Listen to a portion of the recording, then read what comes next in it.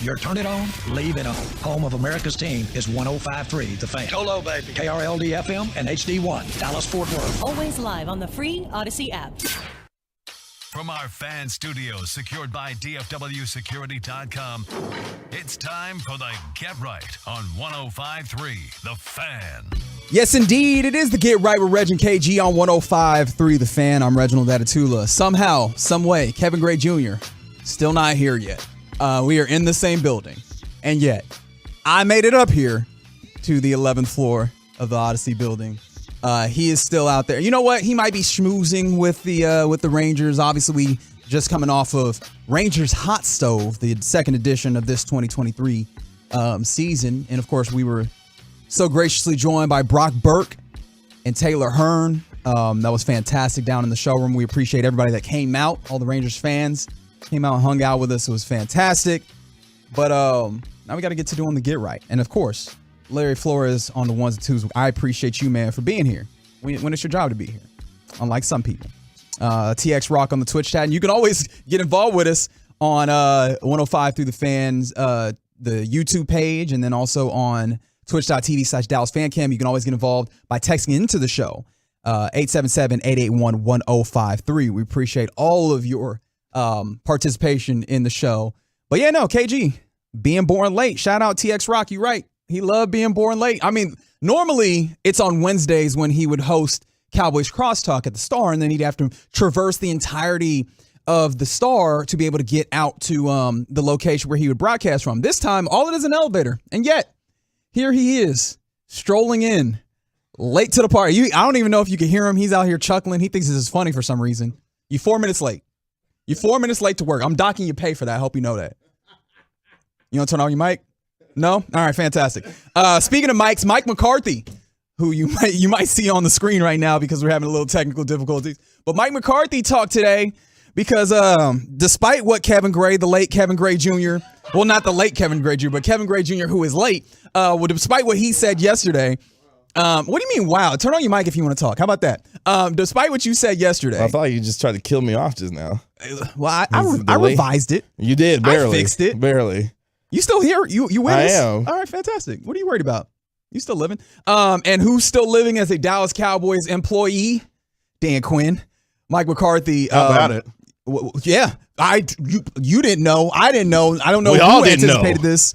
But here he is. Dan Quinn remains your defensive coordinator. And Larry, correct me if I'm wrong. We have a little bit of audio from Mike McCarthy's press conference earlier today where he was talking about it.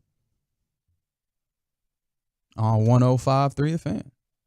I know. I really don't want to play this game, today. It's been a long couple of days. So Kellen Moore, and just like the rest of the coaches, will be evaluated. Every coach will be evaluated. So the evaluation just, it takes more than one day. So. Oh, okay. So that's Kellen Moore stuff. We'll talk more about that as we go there's along. plenty on the Kellen Moore front. Let's just celebrate right quick. How about that? You want to have a little celebration, KG? Well, here's the thing, right? When we thought about what this shakeup of the coaching staff was going to look like, I think for a lot of us, including me, thought, well, the foregone conclusion is that Dan Quinn is not going to be a part of this coaching staff. And you saw some of the defensive assistants that also weren't retained, although they were on expiring contracts. We're talking about the Leon Letts of the world, the George Edwardses of the world. Maybe indications that, they're going to be moving on because the defensive coordinator is going to be moving on. And then Tom Pelissero, who's the Cowboys whisperer. When it comes to all things Cowboys news, apparently, says, Dan Quinn's not going anywhere. And Dan Quinn feeling like there's something, quote unquote, special brewing here. And you look at his defenses. I mean, the last 2 years led the league, in takeaways, which is pretty, amazing accomplishment in itself. But for me, I just keep thinking, what continues to keep him here? And it's a fantastic question. Is there an opportunity? And I will say this about Mike McCarthy, because in a lot of ways, Mike McCarthy, in the way that he has been talked about around here, has been kind of dirty. Because, he won and went through all the things that he went through in 2020. Won 6 games. Dak Prescott got hurt. Okay. 2021, you win 12 games. You get the team to the wild card round. You lose in disappointing fashion. 2022, this season, you win 12 games again. Get the team not only into the wild card round, but you move past the wild card round to the divisional round, and you want a playoff game. So it seems like, based on what you would want your head coach to do coming into a new situation back in 2020, is steadily build your program. And I guess from the most technical sense, each year this team has taken another step forward. The question is, going into 2023, going into the 4th year of his 5-year contract, does he take now the next step, winning in the divisional round to get to a conference title game? So Dan Quinn's going to help you out a lot with that, but it also means there's a little bit more pressure for Mike McCarthy, because all the changes that we've seen and that still could be coming signal to me that the Joneses had a message for Mike McCarthy and says, hey, some things need to shake up around here. We're going to find a way to try and keep Dan Quinn. And guess what? Dan Quinn is still back. But you, as the head coach here, now you've got to make some changes to try to make this thing shake going into 2023 now. So obviously the pertinent question, or the biggest question, I think, for a lot of folks just is the shock, or the one of shock, which is what is causing him to remain? Like, what is the decision-making process here? And obviously on the truckwreck.com text line, we got folks, chiming in. We appreciate you doing that. From that 972, they say, listen, not everyone wants to be a head guy. It's less stress being a DC rather than a head coach. And I don't think that's the case here, because I don't think if that's how you feel, you do not go on the parade of job searches, not once, but twice, right? Like, you say he was trying it out to see if maybe that was how he feels. One, he's already been a head coach, right? He's been a head coach once. Two, he was in this job seeking process last year. And if those two things, if he was in that place that you're hypothesizing there, 972, I feel like he would have made that decision that, I don't need to be going after these. Because there are guys who decline the requests for interviews, despite the fact that, hey, I imagine their agents are like, hey, bro, go get that more money. Because quiet as it's kept, head coaching salaries rocketing up. But it does feel like that's what he wants to do. He does want to be a head coach again. And with that being the case, there's a couple of different places you can go from there. One is something that we talked about with Brian Broaddus in the crosstalk with the G-Bag Nation about an hour ago, which was maybe those jobs weren't actually there for him, right? He's obviously been, we can look at betting odds and places where, he's high up there, maybe 1 or 2 on the highest betting odds on whether or not, he'll become the head coach of this place or that place. But maybe, with the benefit of being inside of these things and having those conversations, he looked up and saw those jobs were not going to come free like he wanted to. And maybe that's why he stays where he is. Also, there's the thought, for me at least, that maybe he looks around and as you get, more information through the interview process, because you're not only just having them make their decision on you, you're making your decision on them, those positions. And I do wonder if he looks around and he goes, hey, man, these aren't positions that I particularly want, right? Like there are obviously a lot of these jobs come open for various reasons, lack of production, what have you. And maybe those don't end up being fits. That possibility I've been kind of toying with, but the tough thing about it is, and maybe because he's already been a head coach, you're always in that head coach situation. Look at Byron Leftwich, man. It can go left real quick when you're like, hey, you are a hot name, you are a possibility, you are sought after. If you don't strike while the iron's hot, this thing can turn on you because there might be another big name or another, hot name of the day that then takes your place in this coaching carousel cycle. And just maybe you get to a place where next year isn't guaranteed that you're going to be that hot name still. So I don't know. These are the things that I've been thinking about when it came to Dan Quinn. I mean, to your point, all money and good money. And when you look around at the jobs that were available, yes, Arizona presented certain things that you would possibly be attracted to, but your quarterback situation is in a little bit of trouble right now because Kyler Murray dealing with the torn ACL. Indianapolis, that needs a entire cultural reshaping and structure right there. And Jim Irsay sounds like he's fixated on hiring Jeff Saturday as it is. Denver has got all the money in the world behind Walmart, and they could be able to be in a position with a good defense to make something shake there. But I think for Dan Quinn, looking at the situation that he has, he's got a generational talent in Micah Parsons. He has obviously built a rapport and a culture with this defense that these players love playing for him and that he loves coaching them. And the situation that he's been able to create here is something that he can continue to build on. Also, the elephant in the room being with the opportunity that might present itself if this team struggles. Now, it's kind of a catch-22. We had Babe Laufenberg in the studio last night talking about the idea that if you've got a coach that you possibly want to replace Mike McCarthy and that person's on staff and you struggle, maybe there's a little bit of hesitation to elevate a particular offensive coordinator or defensive coordinator into that head coaching spot, depending on who struggles.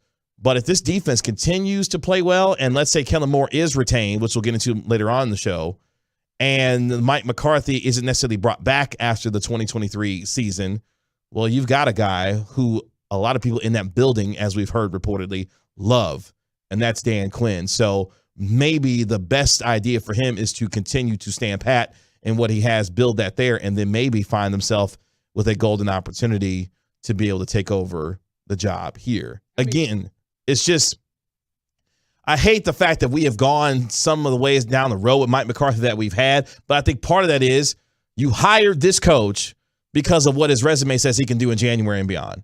And if that doesn't happen for this group, then maybe that kind of major change will be taking place no matter how well, quote unquote, Mike McCarthy did here in Dallas. Yeah, and that's the tough thing about this. Somebody on the text line was getting after us about the idea that, maybe Mike McCarthy was kind of forced to make these changes. It's possible that he did the evaluation and this is all internal reflection, right? That's fair.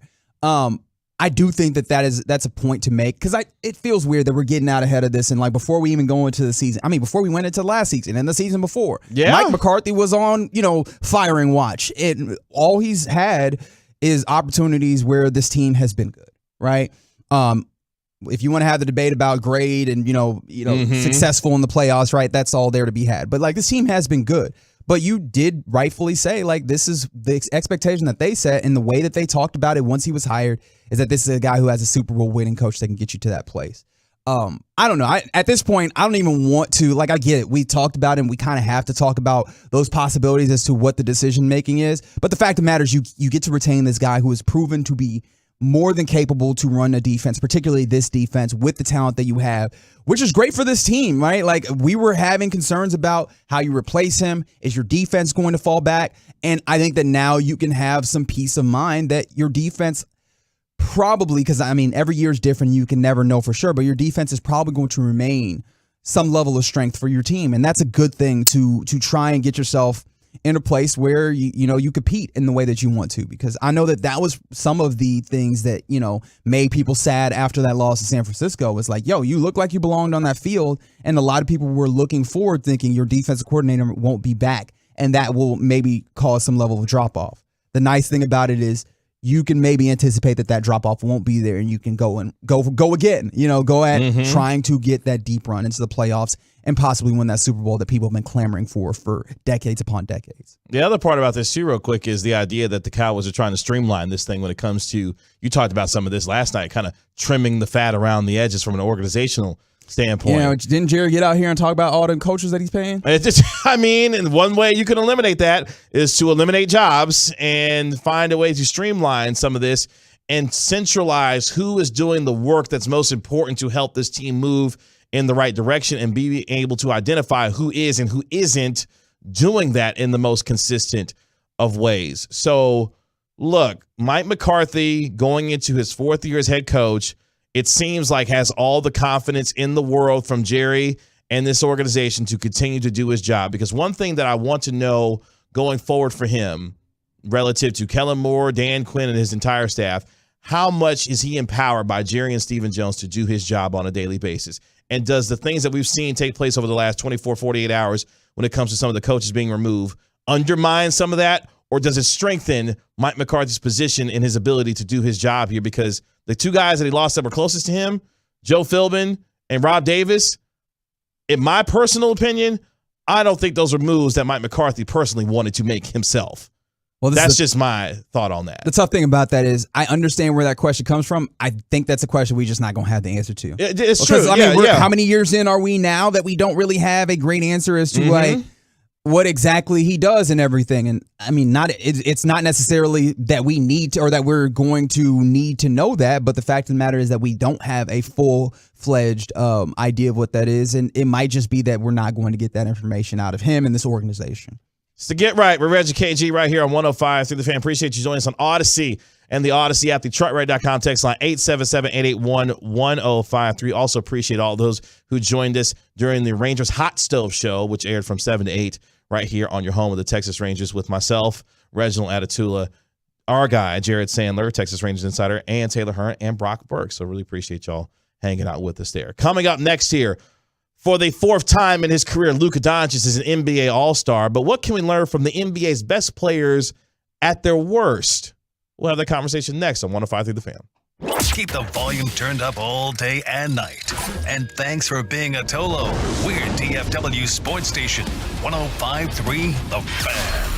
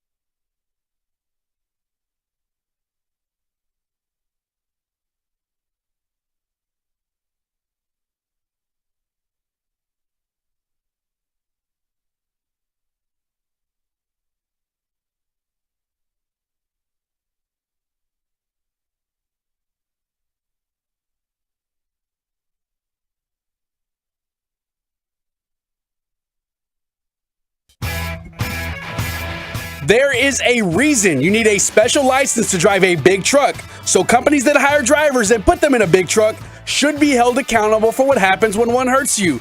Frankly, you need Frankel and Frankel. The consultation, it's always free. Visit truckreg.com.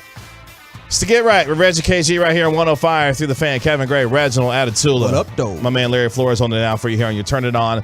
Leave it on station 105 through the fan. Appreciate you joining us on Odyssey and the Odyssey app. The NBA's best at their worst. What we can learn from the NBA's best players from their worst game so far this year. We'll have that conversation here in just a moment. The truckrate.com text line 877-881-1053. 877-881-1053 if you want to get in on the conversation. We're with you until 11 p.m. tonight here on the Get Right programming notes. It'll be Chris Arnold and Reginald Atatula tomorrow from 7 to 9 p.m. Here we go. I'm trying to stay married, so decided to take my wife out on a nice date tomorrow. So you'll get the stylings of the three-time Hall of Famer Chris Arnold and Reginald Atatula from 7 to 9 p.m. before, Boomer Esiason and Mike Valenti. Oh, so we can just take off shows for dates? Okay, let me go ahead and write that down somewhere.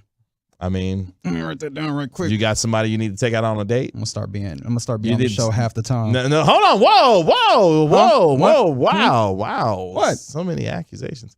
If you ever need, just let me know, Reg, if you got a date that you need to go on, be like, hey, Kev, I need to go handle my business, and I need you to, handle the business, with somebody else, on the show. Bet. Just let me know that. Thanks for letting me know. I'm here for you, man. I'm here for you. Just trying to help your life be better. That's all. He's like, I'm not trying to convince any of that. What is happening right now? I don't know. Okay. NBA talk. NBA talk. Congratulations to Luka Doncic for the third consecutive year and for the fourth time overall. Luka Doncic is an NBA All-Star. You love to hear. I mean, it's not surprising anymore because I think he has been widely accepted as a superstar in anybody's definition, whether it's a shallow pool of superstars, like I think me and you kind of agree, or a wider pool of superstars, like, that classification. He falls into it regardless. And when you're in that place, you're going to be one of the 10 guys that gets selected to be a starter. And so he feels like he's just going to be perpetual until like the skills fall off. And thankfully for him, his style of only game, 23. Well, there's one, right? He's 23 years of age. And then, two, his style of play, in theory, should work for a good long time.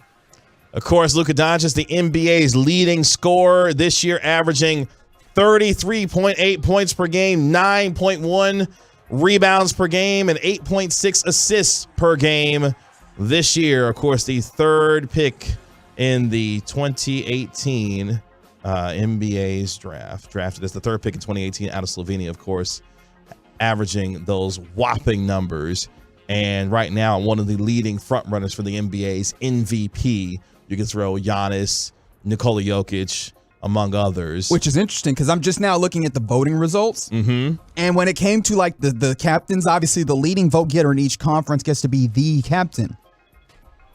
Well, I guess it's leading vote getter. What am I doing? Because I was like, when it came to player rankings, like obviously there's three different facets. There's the fan votes, which end up, getting ranked. Media votes, which end up getting ranked. And of course, amongst the players rank them. When it comes to the front court in the West, LeBron was first in the fan ranking, but he was second in both player and media ranks. When it comes to player and media, they're like, Nikola Jokic is the best front court player in the West, which is fun. Anyways, that wasn't the point. They're not wrong. By the way, for Luka, in terms also, of same thing for Luka Doncic. Steph Curry was the number one vote, but the media and the players were like, nah, Luka is that man as when it comes to the guards in the West. That's right. For the player and media voting, Luka Doncic was first, and for the fan voting, Luka Doncic was second. By the way, congratulations are also in order for one LeBron James for the 19th time in his 20-year NBA career. He is an NBA All-Star, one of the 5 starters for the Western Conference this year. He now ties Kareem Abdul-Jabbar for the most NBA All-Star game appearances in an NBA career, both now with 19 appearances in the NBA's All-Star game. All right, we get it. I mean, it's mind-boggling. It really is, the longevity of LeBron James. I mean, we don't need to do all this, but it is. I mean, when we start doing the man for 30-something, however old he is at this point. 38. There he is. Yeah. For 38, this is incredible. He's doing stuff that's like just bare baseline incredible, and gets even more incredible when you consider he's 38. But I think you had something you wanted to talk about larger than just the All-Star voting. Yes, I wanted to make sure we recognize those individuals there. The Mavericks are also going to be in action tonight, which we'll get to here in just a moment. Game, yeah. And that's right. And they'll be taking on the Phoenix Suns tonight. But this came from the Ringer. The NBA's best at their worst. Even the biggest stars, of course, have some off nights sometimes. What can we learn from their subpar performances? And, of course, some of the biggest names that you have in the game, Nikola Jokic, Luka Doncic, Joel Embiid, Jason Tatum, among others, Giannis. But let's focus in on our current superstar here, because why not? Averages from his worst games this year. Oh, you're just about to throw numbers at people, aren't you? Well, it just to set up the context. His worst games this year, Luka Doncic is still averaging 28 points, 7.8 rebounds, and 8.1 assists. Shooting 43% from the field, 32% from three, 73% from the free throw line, with a true shooting percentage of 55%. Yeah, man, he's going to be unique in this because, as we have talked about for a ton, it is Luka. Everybody's getting on your back. Carry us to freedom. That is the nature of the freedom. That's the nature of the team building that has happened on this team. So even when they're it's a bad game for him, he still has the usage. He still has the responsibility. Mm-hmm. So, the shooting percentages are just going to go down, but the points are still going to be there, right? He's still the hub, so the assists are still going to be there, right? He's still one of the biggest dudes on the floor, so the rebounds are still going to... Like, he's still going to be doing those things and getting those boards. He's just going to be not scoring as efficiently, right? So it's just he's going to excel or have those big numbers regardless, just because that is the responsibility he has. And also, like, the baseline is not going to get too low because he is still good at basketball, right? So even when he's having an off day, he's still really good. Here's how wild those numbers are in terms of his stat line in his quote-unquote bad games. Only 8 NBA players in NBA history, including Luka, who's done it himself twice, have averaged 28.7 rebounds and 7 assists per game over a season. And he's doing this in his worst games this year. From the 940, do you realize what you just said? His worst games average is a Supermax contract player any day of the week. Absolutely. And some of it's some of what I said. That's an elite text right there. Yes. Some of it also is we are seeing, like, the way that scoring happens in this league. Yes. Balloon. Like, these players are getting even better, man. These players are, or maybe I even shouldn't say getting, but they are. Mm-hmm. But, like, we're also seeing scoring happening just a little bit easier, or more frequently. I think the Old Man and the Three podcast, JJ Redick made a fantastic point that when you look at what was, kind of the worst defensive rating, maybe 10, 20 years ago, that would be like kind of middling. And when you look at what was the, best offensive ratings maybe about 10 years ago, that would be middling. Like, you're seeing that scoring is just up and up. And I don't think it's because, like, dudes are just worse at defense. I think it's just this game has become so much harder. Teams have gotten more efficient in knowing how to attack. Well, some of the rules are now skewed toward more offensive play. As well. But I mean, also, like, look, man, there were some teams that were early adapters to certain ideas and thought processes. Mm-hmm. And there were some teams that were like, nah, we'll be a little late on it. Every team does these things. So everybody's maximizing their efficiency. And I'm not just talking about numbers wise. I'm talking about different play sets, right? Getting your big men involved in screening, having your big men shoot, all these different things that I don't want to get too granular in. But, like, there's a whole bunch of different, like, tactical things that teams have all decided to, jump in on that are making it so much harder on defenses now. One thing that Luka Doncic has been able to do in his quote-unquote off nights is still get to the free throw line. And he's getting to the line 10.1 free throw attempts per contest on his quote-unquote off nights, down from his 12.5% attempts in his best games this year. And that's one of the hallmarks that I thought going into his career and beyond, going into this year and beyond, is that if he became an 80 to 82% free throw shooter with volume, there would be nothing that the league could do with him at that point, because now he's able to punish you at the free throw line for his ability to get there. And that's one of the hallmarks of what he has done this year, despite off nights, he's still getting to the free throw line. Yeah, and I think that's a huge thing if you're a Mavs fan, because there were times in the last year, 2 years, where Luka Doncic, I mean, tell me if you recall this, like you should be able to vividly recall this. These games were late in the game, he would dribble and then take that step back three from the top of the key, and you're like, dude, there was no offense really. You just decided, and maybe it was he was tired, he just decided to take that shot. I think you're seeing less of that and more of Luka going and attacking. And I think that's allowing him to get contact, get to the line, add points at the line. And I mean, that's great. It shows the mentality shift for Luka Doncic, where it's like, maybe I could take these plays off, these series off, or what have you, possessions off. No. He is in attack mode more often than not. And that's great for a dude that is coming into his own also when it comes to being a star player. Now, if you're a superstar player at that level and constantly affecting that, leveraging that against other teams, oh boy, that's great for you. We can talk about the whole team later. Which player would you like to go next? We got a little bit of time for one more. Of the list, you have Nikola Jokic, Joel Embiid, Jason Tatum, Giannis, among the others on this list. I'm interested in, let's talk about John Morant, Kevin Durant also on this list. Let me talk about John Morant. I kind of want to hear about this because, like, that's one of those guys where his team is really well built. So I wonder how big of a drop off you're getting. So the averages from his quote unquote worst games this year: 20.9 points per game, 4.8 rebounds, 8.4 assists, and his shooting splits 39, 22, and 72. There it is. There it is. It's the 3-point shooting. He's not a great 3-point shooter, but like it's bad. When he's good, he's worked himself up to like one that you have to consider, right? It's passable. It's something that it's something that's a challenge that, like, all right, we might not should leave him open. If he's having a bad day, go ahead and take them all. And I think that ends up being the difference in those situations. I think ultimately, if we went through all these numbers, what we would see is, hey man, good players are fairly good even when they're bad. Yeah. What's interesting about Morant is that the Grizzlies have a quote unquote slightly better record in his worst games at 14-5 than in his best games at 13-6. I think some of that speaks to the depth, though, that the Memphis Grizzlies possess. Yep. And the emergence of Desmond Bane as a guy that can score from a lot of different areas on the floor, especially beyond the three-point line. But you also got the Jaren Jacksons of the world. When he doesn't foul out. Correct. Which is often. That's very true. That's why I laughed when you said it's like, yeah, because that's very true. But they've got a lot of guys that can help supplement for John Morant if he is off on a particular night. Don't do that. From the 949, Luka's growing so much, his next time will utilize him perfectly once he gets tired of Mark Cuban. All right. Wow. There was someone else that also asked, 940 said, how did the Mavericks save Luka from leaving? And that's a tough question. We've talked about this almost at length. Really, it's just, hey man, you've got to quickly make your move to get better. Like, quickly, you've got to put into action a plan to get yourself good. And that is utilizing what you have. And to be fair, right?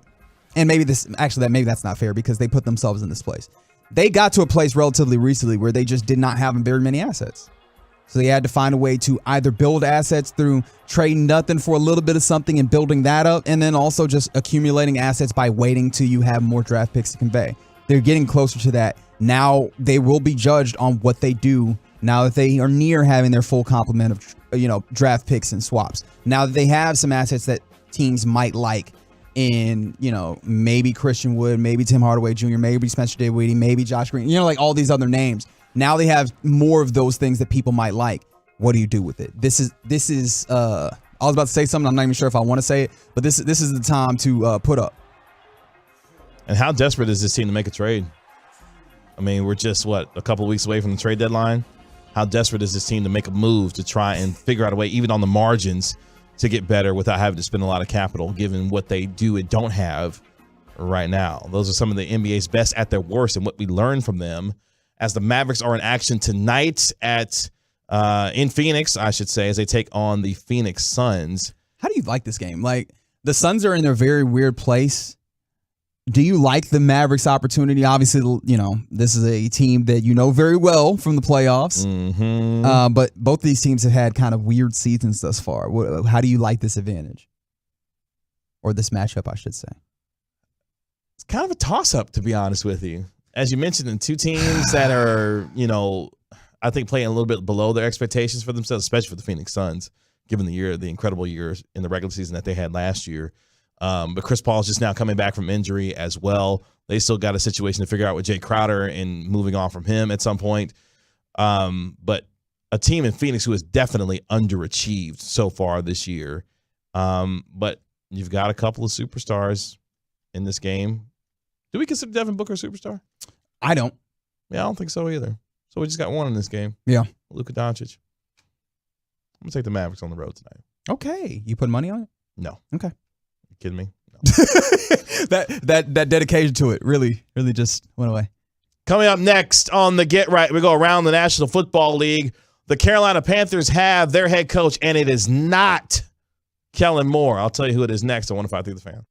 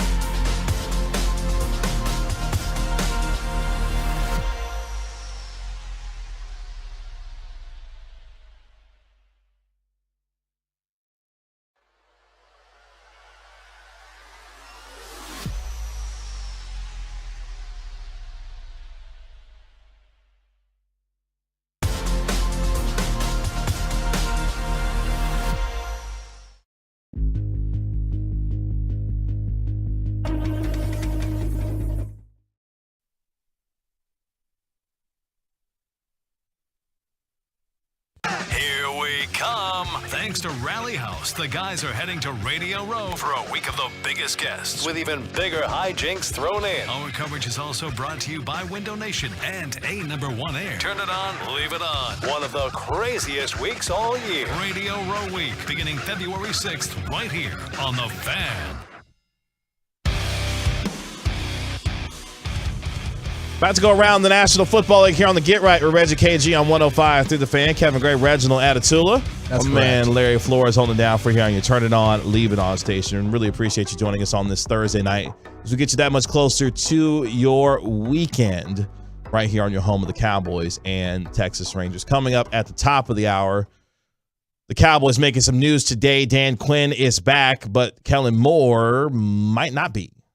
What Mike McCarthy was unwilling to say about his offensive coordinator's job status. We'll get into that at the top of the hour right here on 105 through the Fan. Right now, though, Larry, let's go around the National Football League as we get you caught up on the latest news and notes in and around the NFL. And we start in Carolina, where a favorite son is coming home.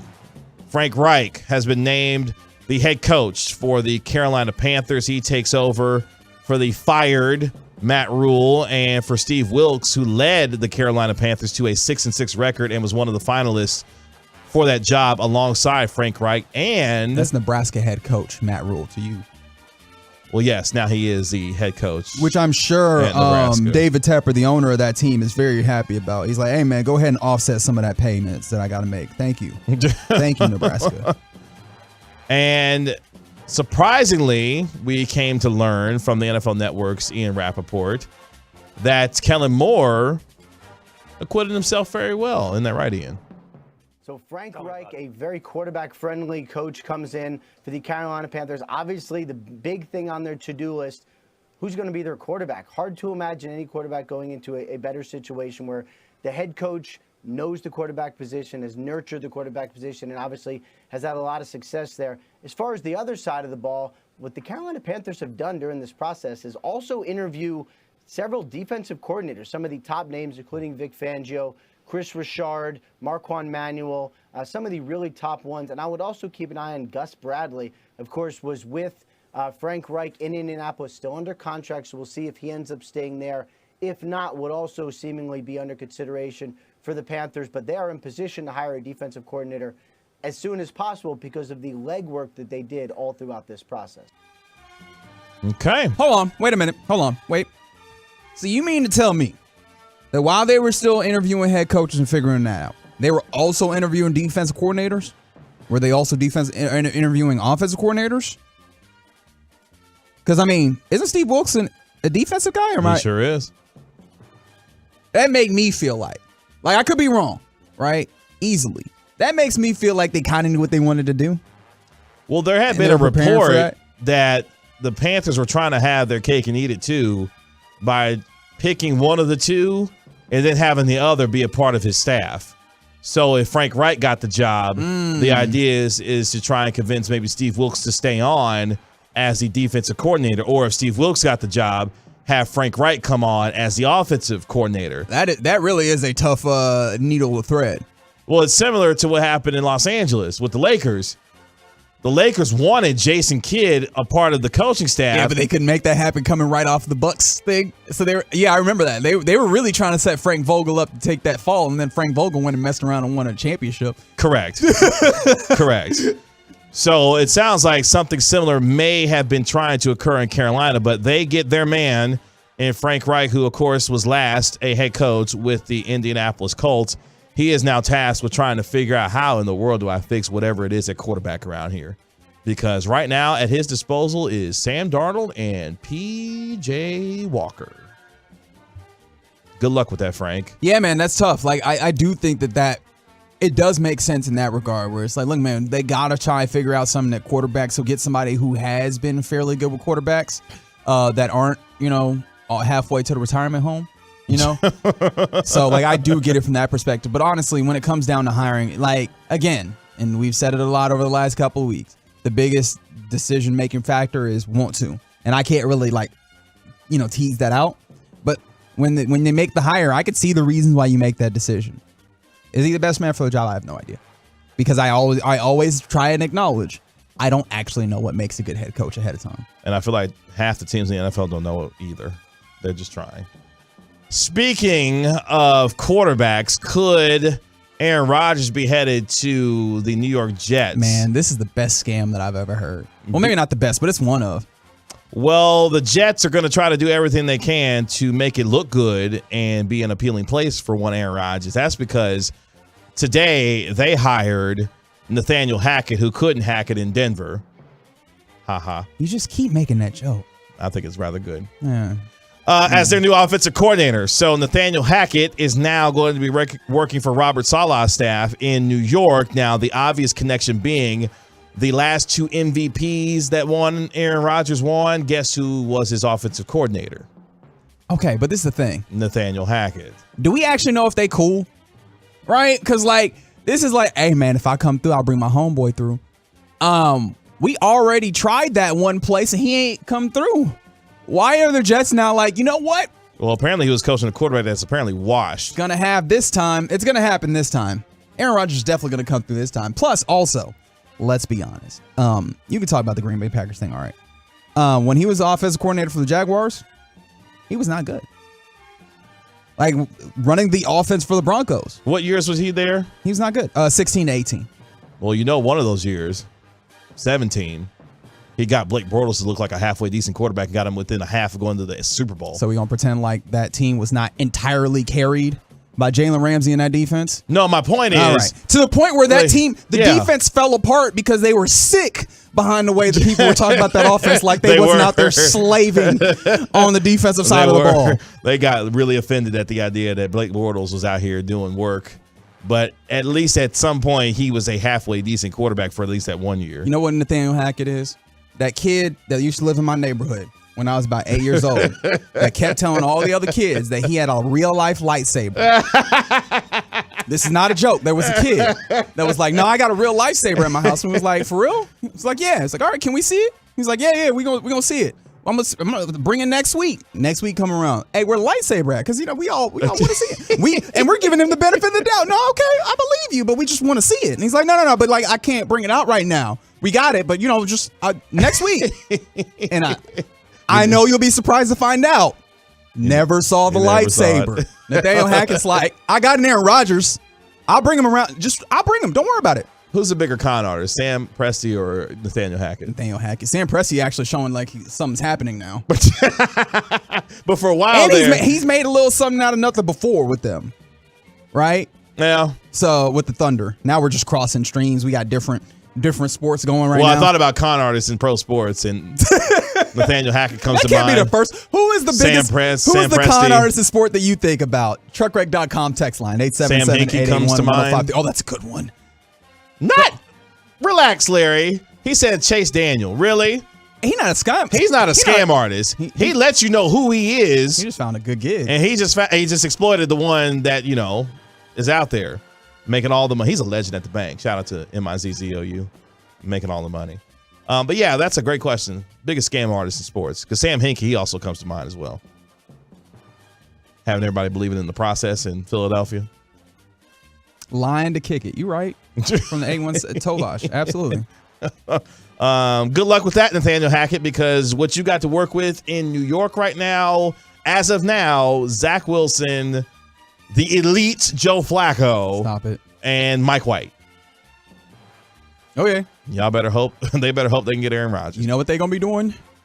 Running the football. Which is not a bad idea with Breece Hall, though. And Zonovan Knight. What do they call him? Boo Knight? Is that what they call him? I can't remember his name. Oh, is that what they were called? I can't remember his nickname. Oh, wow. That's a hell of a name. Ooh, this is fun. We're going to have to talk about these. You got some more NFL? We're just going to go a whole different place if we don't talk just a little bit more NFL right now. That's a good one. Yep. We're definitely going to have to get into some of those. Patrick Mahomes says he's feeling pretty good. Had his first practice, and he felt better than he expected. How is he not in a walking boot? I don't know if you saw him walk off from his press conference the other day, and he walked off as if there was nothing bothering him. Yeah, but he also looked like a person who was trying to make it look like there was nothing bothering him. Right? Like, I can't really he's trying to convince everybody that he actually isn't that hurt. Yeah. So I can't tell, but one thing I do know, he gonna play. Oh, yeah. And good to go. I don't know what percentage, because we be doing this percentage thing, like we can actually put a percentage on it, but I don't know what percentage he's actually going to be, but whatever percentage it is, I am good with. Like I'm out of the game of betting against Patrick Mahomes. It's a very non-scientific way of going about things. The way that people don't count out touchdown Tom, right? I am not counting out Patrick Mahomes. I am in that place. So yeah, whatever it is, I'm interested. Even though the Bengals actually have a really good chance of winning this football game. He said, quote, I thought I had a good day yesterday. Overall, probably better than I expected, being able to go out there and throw the football and get in the work I needed to get in, end quote. I mean, it's the biggest injury in the NFL right now going into championship weekend is the health of one Patrick Mahomes against the Cincinnati Bengals for the second time, part 2 of their AFC championship game rematch. Looking forward to that on Sunday for the right to go to the Super Bowl in Arizona. So yeah, look, if Patrick Mahomes is gonna be out there on the field, I expect him to be at his very Patrick Mahomes like best. It's probably unfair because we're like this is a very serious injury for him, right? Like he's a guy who has a little bit of mobility to him. I also imagine that kind of affects the way that you get the ball out, because we saw him get out there in the second half and make things happen, and because he is Patrick Mahomes who frequently does things that our minds cannot imagine, we're like, it's fine, he'll be good out there. It's cool. It's just it'll be all right. The expectations that we have for Patrick Mahomes in that way. Final note here around the National Football League. The Minnesota Vikings have completed their interview with Steelers senior defensive assistant and linebackers coach Brian Flores for their open defensive coordinator position. The Vikings, huh? Yes. Huh. Okay. That could be interesting. You all right there? You good? Okay, I didn't see this before.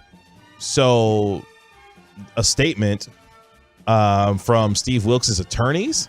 Oh, this is going to be fun. As soon as you start talking about people, when someone can't tell you themselves, they're like, hey, I'm going to get the lawyer. Yeah, I'm sorry I'm working backwards, but I saw this as it came up with, the Brian Flores, news. Mm-hmm. This is a statement from Steve Wilks' attorneys on the Carolina Panthers' decision to hire Frank Reich instead of retaining Wilks, who nearly led the team, of course, to the playoffs as interim coach.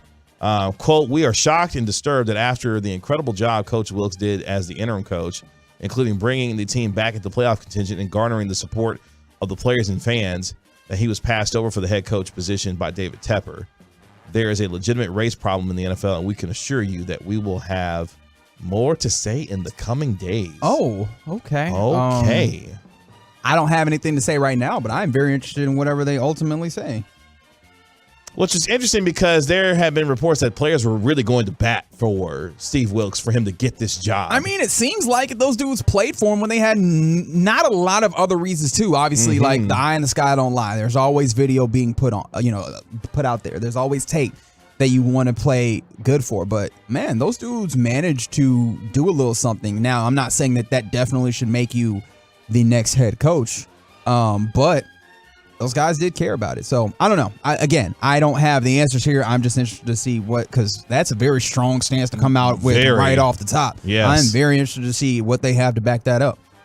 That's a trip around the National Football League right here on the Get Right on 105.3 The Fan. Coming up next here on your home of the Cowboys, Mike McCarthy's unwillingness to get into Kellen Moore's status as offensive coordinator here was deafening today.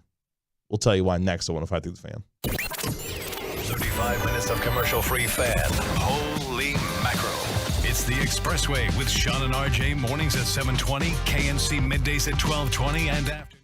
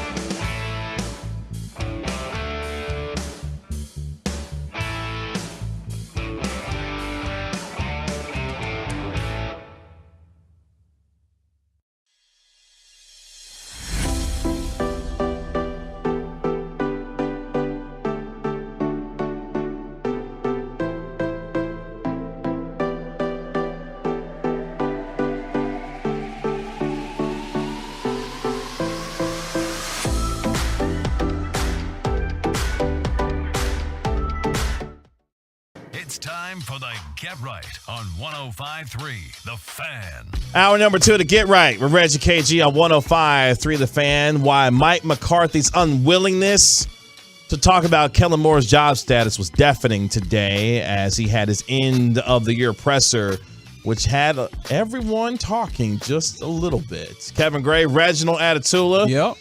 Larry Flores on the down for here on your Turn It On, Leave It On station 105.3 The Fan. I feel bad. We ain't talked about none of these scammers in sports that people brought us in. And there's some good ones. Oh, I'm sure there's some definitely some good ones. I saw a couple there. 972 with the Chandler Parsons. Yep. 571 had that one as well. That's tough. Yeah. Brock Osweiler. Oh, boy. Oh, yeah, that was a good one. Luol Deng, and in that same offseason, that's Timofey Mozgov. Oh, yeah. That was a great offseason because the Lakers were like, we got all this money. We got to give it to someone. One. Hey, Timofey Mozgov, Luol Deng, y'all want all this money? That's a good one. Also, let's see here. There was one other one I wanted to make sure. From the 571, Kristaps Porzingis. And I feel like when he was playing, cool, but the fact of the matter is he just was not playing very much. Oh, here's the one. Currently right now. Jimbo Fisher. Great. Good answer. Elite Good text. answer. Great answer. Larry, of course, will always co-sign on that. The fact that Jimbo Fisher's down there stealing $100 million from Texas A&M in that mediocre program right now. Good evening, Kevin Hagelin. But today, though, the news with Mike McCarthy and his coaching staff was some of the biggest in the NFL today. What news? I don't know what news you're talking about. Oh, just the fact that Dan Quinn for the second year in a row said, I'm good here in Dallas. All right. That's great news. But how much money is he making? I need the contract details. You gotta be eating good. Of Dan Quinn. I want to know, is there a shadow clause in there that says, hey, if things go a certain way around here, you're going to be the next head coach of the Dallas Cowboys? I need the contract details. But also, Kellen Moore was in the news today. That is because, Larry, when Mike McCarthy was asked about Kellen Moore's job status as offensive coordinator, this is what he had to say. I know. I really don't want to play this game. today. It's been a long couple of days. So Kellen Moore, and just like the rest of the coaches, will be evaluated. Every coach will be evaluated. So the evaluation just, it takes more than one day. So my man sounds exasperated. Like he kind of sounds like that whenever he has to talk to the media, but obviously this isn't one of those clearly positive ones. So yeah, this is tough, right? You just had to have some people get fired, and now you got to answer questions about it. Yeah, I imagine that's the case, but also he sounds exhausted though. Yeah. Did you hear him in that answer? Yeah, he sounded like a man who hadn't had sleep in the last couple of days. In fact, I think he said that during his presser today. Is that I haven't really had sleep over the last couple of days, but letting go some of the individuals that he's had to let go in terms of Joe Philbin and more in particular, Rob Davis. But for Kellen Moore, who is going to be in the final year of his contract coming up this upcoming year, that answer there did not inspire a lot of confidence for those who may be supporters of this current offensive coordinator about the idea that he would be returning in 2023, which is kind of wild when you think about a coordinator who has led an offense now the last couple of years to 2 top 5 finishes in the National Football League, and yet the struggles of him as a coordinator have been well documented when it comes to conceptually at times what he does for this offense. Yeah, also, I mean, I think I'd be able to come from a place of, well, all he said is that it'll be evaluated. That's not something to, you lose your mind about. However, in this same press conference, his equivalent on the defensive side was just talked about and solidified it that he would be here, right? A similar situation, one would think, right? Both coordinators getting head coaching interviews or whatever. Both of them statistically, you could point to their defense or their units as, good ones, however you feel about those, right? I'm not here to debate that right at this moment. But then you look at the juxtaposition of Dan Quinn is being looked at as he'll definitely be back. And Kellen Moore, well, we'll think about it. We'll talk about it later. When you put it in that perspective, yeah, that obviously raises some concerns. In addition to the fact that, yeah, there's been a lot of people that have looked at the fact that offense did not play as well as you wanted to. You had your quarterback who did not play well in that offense. And one thing I've been thinking about, Kevin, it was weird. I don't like that I said that. I'm going to say KG again. One thing I've been thinking about KG, yeah, that felt much better, is I've been grappling a lot with, was the offense good? Was it not good? Were there issues? And one thing I also had to remember at one point is sometimes it's not about whether it's good or bad. Sometimes you just need different. You know what I mean? Sometimes you just need something else. And I do wonder if that might be some of the perspective with some of the guys that we saw that were no longer, that were not going to be retained. And maybe ultimately with Kellen Moore, where they look around and they go, yeah, the numbers and, there was EPA and all these other VORPs and schnorps that we could point to. But ultimately, you were not maximum efficient. You did not make the most of what you had, and maybe you just need to go to a different style of what you're doing or a different thing that would maybe get the most out of what you have, including your quarterback, right? Because, again, a lot of people, we see all y'all folks talking about how these Dak Prescott, how you feel about him, this or that or the third, right? It might be that you need to utilize him in a different way than Kellen Moore seems capable of or seems to want to. Because we also have to consider Kellen Moore, yes, he's, been around coaches his whole life, and he's always thought about those things.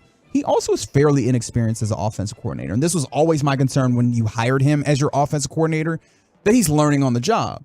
I do wonder if somebody that has a different style of coordinating, right, a different play calling style or a different offensive philosophy, and maybe even somebody with more experience changes the way that you move and gets more out of this. And I do wonder if that's some of the consideration for this team.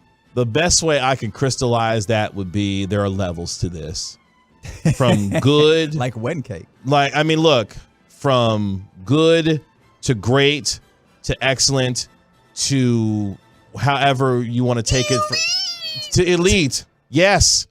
And sometimes, and that would be my biggest reason to move on from Kellen Moore, would be not that the offense, as you mentioned, hasn't been good or at times has been great under Kellen Moore, but the inconsistencies and the issues that we continue to talk about, whether it be conceptually with the kind of routes that these receivers are being asked to run or what you're asking this quarterback to do relative to his skill set that he actually has. Some of those things need to be changed, or looked at from a different lens from someone who isn't necessarily Dak Prescott's peer. Because let's be honest here, Kellen Moore and Dak Prescott are peers when it comes to their age and their experience in this league. Someone who has had more experience and also has a different mindset on how they can reimagine what this quarterback can look like and perform, to me, may be the biggest reason to move on from Kellen Moore. Not just because he's good, but you can get better based on maybe a different perspective that someone offers that has the kind of experience that can reimagine what this quarterback can do based on his skill set that he has right now. The tough thing about the peer argument and why I'm not buying into that particular argument is we could look at Sean McVay in a way that he was, coaching a quarterback that was damn near his age or maybe actually older than him, right? We've seen instances of that happening in this league where it has been effective. And so I hear what you're saying and I understand your thought process, but that part didn't land with me. But of course, the other parts do, right? Like the idea that maybe you need some more experience, somebody that's seen some more things, especially if you want to look at your quarterback in Dak Prescott. And again, I don't feel like having the fullness of this discussion right now. I'm sure that we will soon enough. If you are one of these people that says Dak Prescott is not giving you enough between the ears, right, where maybe he's not recognizing things and reading things in a proper way, and you've had instances where it did seem like he was not reading well, right, like on the field, what's happening. If that's the argument that you want to come with, right, maybe you need a coordinator, a figure on your offensive staff that's going to assist him in those things, right?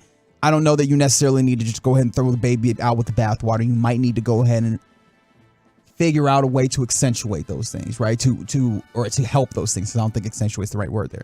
But, bolster the weaknesses. And maybe that is the thought process that you need to take here. Because I tweeted this out a little bit earlier, and for me, this would be something that I would want to see. Let's say the Cowboys do move on from Kellen Moore. Some of the things that I would want to see in the next offensive coordinator, whether it be an Eric Bieniemy, who we have heard that is maybe looking for an opportunity to go somewhere else to prove outside of Andy Reid that he is actually that dude. Real nasty work. I mean, who can be able to, I'll get to that here in a second. Oh, I was about to preemptively ISO, but you said here in a second. So just let me know and I'll ISO. The next offensive coordinator for me, elevate the creativity of the Cowboys offense, which at times Kellen Moore has done, but not to the consistency that you see or we are infatuated with the likes of like Kyle Shanahan, for example. Assist Dak Prescott with better coverage recognition and decision-making, because some of the times Dak Prescott's throws when they're late is because it's bad decision-making, not being able to understand what he's seeing because defenders are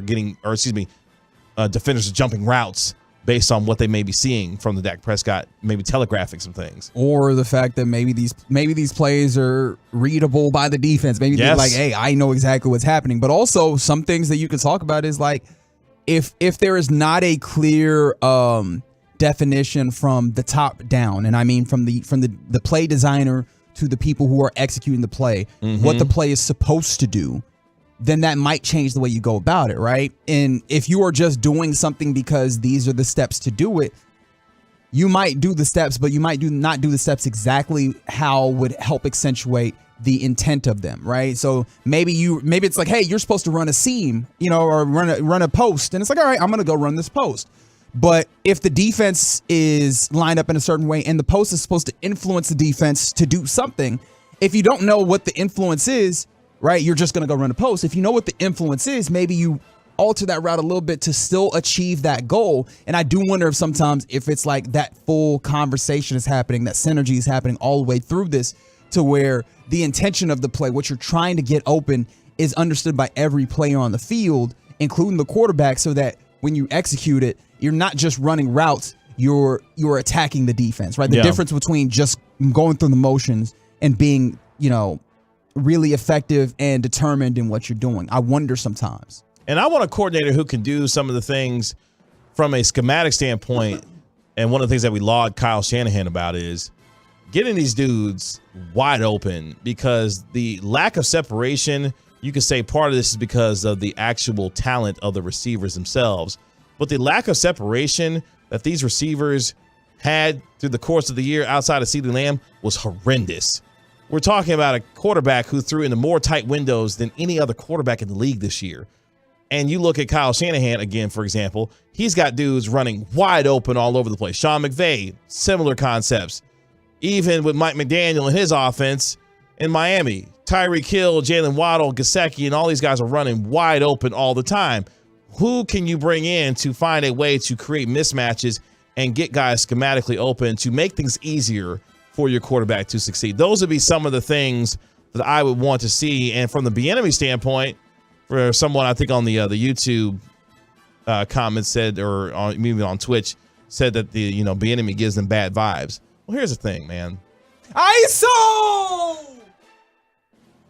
Who better than a guy who has been working under Andy Reid, who we consider one of the true offensive minds, not just of today's NFL, but really of all time, and has been working with Baby Goat now for the past several seasons, and what kind of wisdom he could impart to a Dak Prescott to elevate his game, because that would be my final ingredient. How do you elevate this quarterback and his ability to be better as a player? And I do think Eric Bieniemy, among a couple of others who you may consider, could be a guy that does that. But to me, Reg, that would be what I would say in terms of if you do move on from Kellen Moore. Not that he hasn't been good, but how do you find a way to get better? Especially if you're Mike McCarthy and your job is on the line, you may need to make a decision that allows you to have the most autonomy that you can about what your job status will look like relative to who's on your staff. And if you don't feel like, if you're McCarthy, that Kellen Moore is the guy to help you retain your job, then you might need to move on for him for the sake of you keeping yours in order to remain head coach, because it sounds like, perception-wise, that the other dude who's running the defense may be taking over if you get out here and mess up in 2023. Mm-hmm. There was a lot there. I'm like, I don't know where to go. No, man, this is really interesting. And the tough thing about it for the Cowboys is I don't even know if they're upset about like all this speculation that's happening. Because again, we talking about the Cowboys. Probably are, but they probably are. Okay, because I think McCarthy spoke to some of that today too. Okay, the idea like, hey, like some of the ways that my coaches have been talked about relative to statuses and jobs, like it's just nasty business. Sure, and I can understand that. Yeah, and that's fair. But the tough thing about it is if you're playing in the championship, game, then we're not having this discussion. Yeah. Yep. That's the tough part about this job. And I don't want, when I say the tough part about this job, I'm not even just talking about head coach. The tough part about this particular job, the Dallas Cowboys job. And I know that he did not have a full grasp of that. He might have said that he had, an idea. He did not have a full grasp of what this was going to look like in this way. And I don't know that there's any preparing for this particular job in the way that it goes. So in that ways, I have some sympathy for these fellas, man. It is not easy to be under the Dallas Cowboys scrutiny. See, here's the thing, 903, that says Bieniemy isn't taking a lateral position. I don't know if this is necessarily, yes, in title, it would be a lateral move. But it also, for him, gets him out from under the shadow of Andy Reid, because what has been the criticism that people have levied with Eric Bieniemy? Oh, he's a function of what Andy Reid is actually doing from a play calling standpoint, even though it has been documented that Eric Bieniemy is the one calling the plays for the Kansas City Chiefs. So I think that would go a long way for him to get out from the shadow of Andy Reid if he were to go somewhere else to go and be be an offensive coordinator for a different team. So get right with Reggie KG right here on 105.3 The Fan. Coming up next here on our fine program, the Eagles and the 49ers play in the conference championship game. And you could have talked about the other one. The Bengals and the Chiefs. There you go. Part 2. What are we going to be looking for in championship weekend? We'll talk about it next on 105.3 The Fan. Listen live at work or while you surf 24/7 for free on the Odyssey app. This is 105.3 The Fan.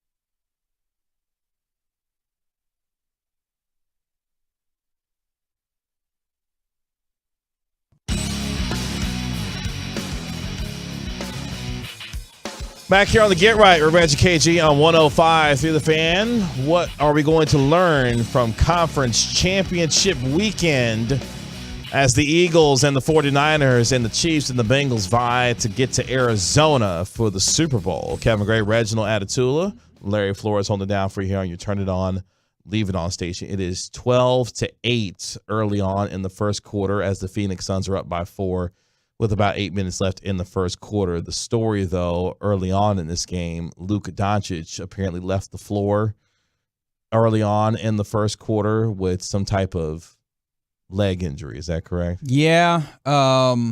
He limped off the floor, which is the big thing, right?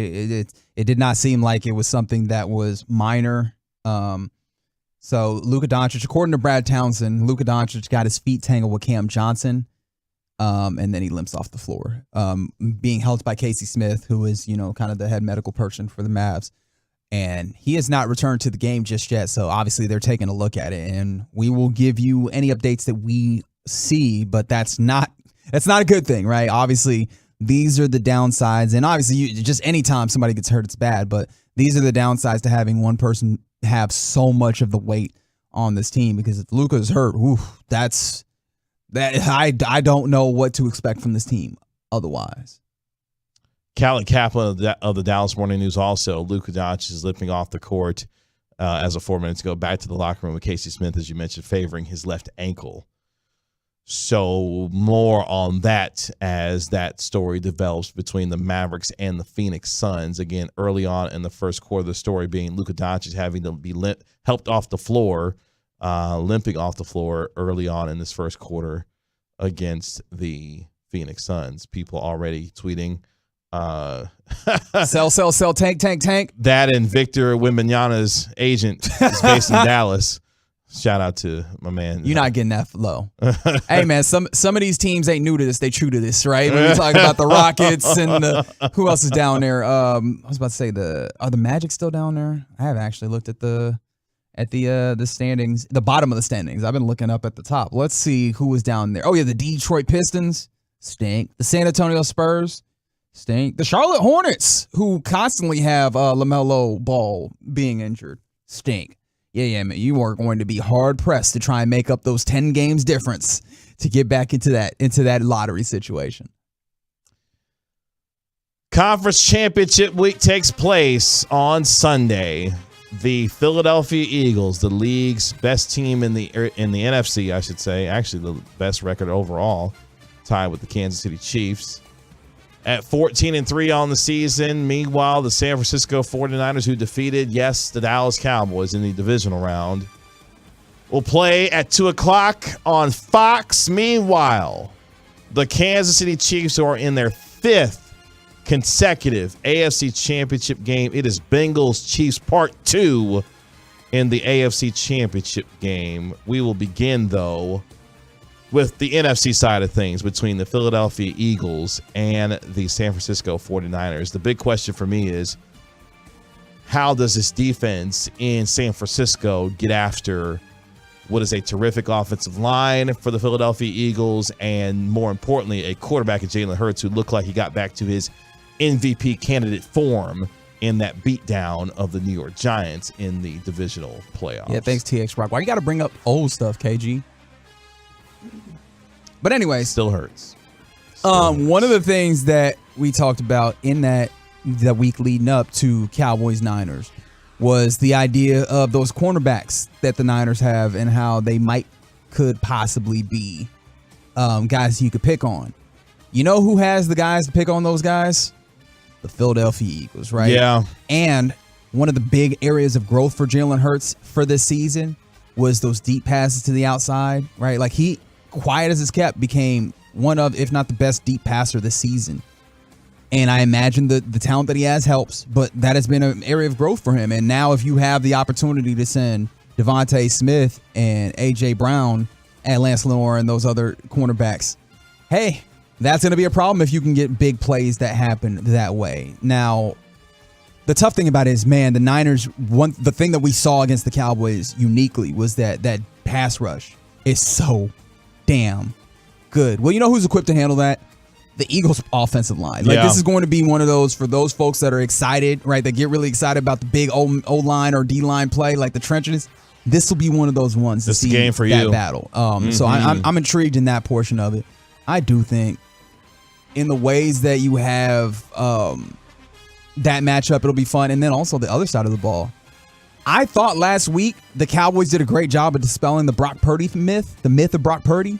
Apparently, people are still on the train of the myth because, hey, they won the game, right. So he must have won it for him. And I'm like, guys, come on, we all watching this football. And I think when you got that guy going up against Hassan Riddick and all the other guys that the Eagles have, we are going to see further epistles in the idea that the myth of Brock Purdy is not what y'all think it is. And so in that way, I do think, I don't know if there's a way for Cowboys fans to be happy in either way, but I do think that this might be the worst of the two for Cowboys fans. Correct me if I'm wrong, Mr. Cowboys fan right here, because I do think the Eagles win this.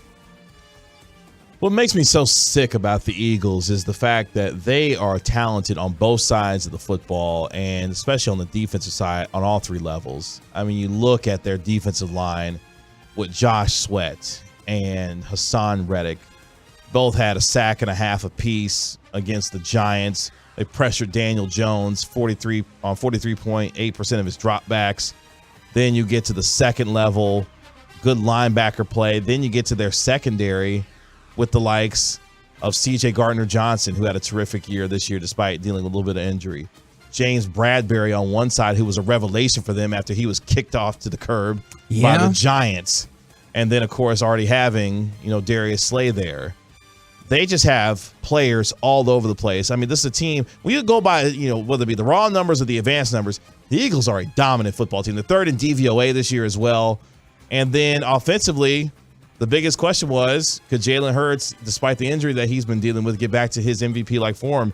And he did so in a great way against the Giants. I want to see if San Francisco, though, can make him run the football a little bit and see him get outside the pocket and maybe put a little bit of, some hits on him to see, let's test that shoulder out a little bit, see how much you're willing to get out there and run the ball. But if he gets to stand back there and distribute the ball, he has the capability of impacting the run game. Now, the thing that he did last week, right, where you talk about was he healthy? The throwing the football he did, but he only kind of did a little bit of keeping the football on some of those, design run situations. He did not actually add into the run game.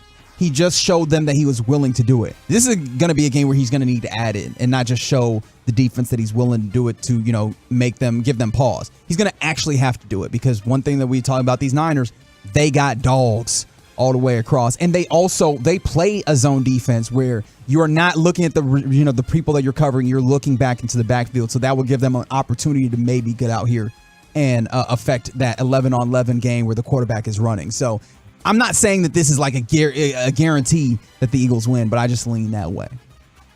Yeah, I'm going to pick the Eagles to win this game. I just think they have too many weapons that will overwhelm San Francisco, and I think this defense will be the difference. And when you saw, like you mentioned, some of the chinks in the armor of Brock Purdy last week from a Dallas Cowboys defense that was physical with him, and I thought did a very good job against the run until you got a little bit deeper into the game. I do think Philadelphia, with just the amount of skill players that they have on both sides of the ball, will find a way, especially at home, to get it done. Meanwhile, though, on the other side in the AFC, for the second consecutive year, Joe Burrow and the Cincinnati Bengals will walk into Arrowhead with a chance to get back to the Super Bowl AFC Championship game, Part 2, between these two teams. The biggest story going into this game, of course, is the health of Patrick Mahomes and his ankle. He was a full participant in practice yesterday, says he's okay. And on the other side, a banged-up offensive line for the Cincinnati Bengals, which said, that's no problem, as they went to Buffalo and really dominated that game from the outset. I was surprised at how quickly Cincinnati was able to establish their dominance against Buffalo, and they did so in a big way. And a team in Cincinnati that, of course, has won the last 3 games against the Kansas City Chiefs, not afraid to step into Arrowhead on Sunday afternoon. And they pressured the mess out of Josh Allen. Now, of course, that was a team that we knew was a little one-dimensional. So the inability to run the football and almost all of that throughout the course of the season starting to fall on Josh Allen's shoulders was a problem. This is a little bit different. The Chiefs, rather. I was about to say the 49ers. Not the team we're talking about. The Kansas City Chiefs have a better offensive line than what we were talking about with the Bills. And so I think some of this is also going to be just how ready is Patrick Mahomes going to be for this? Is he going to have that same mobility, that same ability to make plays with his legs and extend plays and, kind of create off schedule in the ways that he does incredibly? Is he going to still be able to do that? Because the Bengals defense and Lou Anarumo, that defensive coordinator, he does a great job of not just being static and kind of melding his defense to what they need to attack, right, or stop. And so it's going to be tough for them. I truly believe that this Bengals team is better than it was last year, and it's in large part because his defense is in a great way with a great defensive coordinator. So I'm very intrigued, especially when you consider the fact that this is a Kansas City Chiefs offense that's not like big play, that's really get the ball in space and let these guys cook. I'm really intrigued to see how that matchup pans out. The best defense for the Kansas City Chiefs is a good offense, and you talked about the willingness of the Chiefs offense to be patient and just work their way down the field, and their ability to be able to sustain long drives in this game, I think, will be paramount to keep Joe Burrow and this explosive offense off of the field. But when they are on the field, Chris Jones has been an absolute monster. You talk about the weakness of the offensive line right now, missing several key guys. Chris Jones, who is one of the 3 finalists for NFL's Defensive Player of the Year with 15.5 sacks from the interior, is going to be coming after Joe Burrow quite a bit on Sunday. I do think, though, that the Kansas City Chiefs exercise the Joe Burrow demons that have plagued them the past 3 times, and they will not find a way to lose this game. I do think they will face the Eagles in the Super Bowl this year. I know Patrick Mahomes and that ankle is going to be questionable, but I think the Chiefs will have enough to take out what arguably has been the hottest team other than Philadelphia in the league over the last, San Francisco over the last 2.5 months, because Cincinnati's been on an absolute tear. But defensively, they are good. Trey Hendrickson, I do like a lot off that interior, off the defensive line for them. But I'm going to go Chiefs and Eagles to represent the AFC and the NFC in the Super Bowl. Yeah, I don't even have as much reason as you do, because my head says Bengals, actually. They do seem like the better team. That's not a bad pick. However, yeah, Patrick Mahomes plays for the Kansas City Chiefs, and I'm off betting against him just because I've seen him do incredible stuff when, it is that time to do those things. And again, we're talking about a dude who was working off of an ankle injury and who has lesser talent to work with, like lesser high end, right? The high-end player on that offense now is simply Travis Kelce. You have these other dudes. And yet I'm still in this place where I'm like, yeah, I'm rolling with Patrick Mahomes, and if I am wrong, I am wrong. That's cool. It's going to be fun on Sunday as the Chiefs and the Bengals and the Eagles and the Niners will vie to play in Arizona for the right to try to hoist the Lombardi Trophy in the Super Bowl. So get right with Reggie KG right here on 105.3 The Fan. Coming up next, we are going to go inside the gray area. The latest on Luka Doncic and his ankle injury, among other things. Next on 105.3 The Fan. Coming up in the next G-Bag Nation. It's a Friday. We'll be looking for Cowboys news and Kellen Moore watch and what you drinking, what you thinking.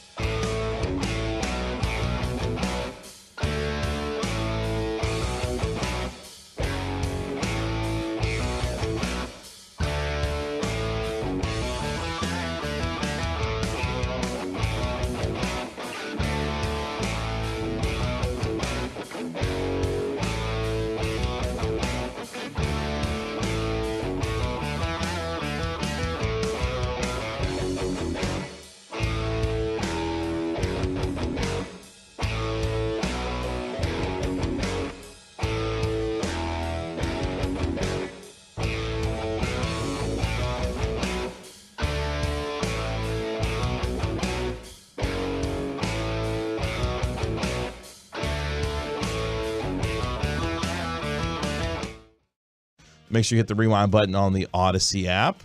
And you can listen to any segment anytime. Also, had a good time tonight with my guy, your guy, our favorite guy, Texas Rangers insider Jared Sandler on the Rangers Hot Stove Show with Brock Burke and Taylor Hearn. A lot of fun with those gentlemen tonight. And we did that live in the performance showroom here at 4131 North Central Expressway. What's the name of the show, KG?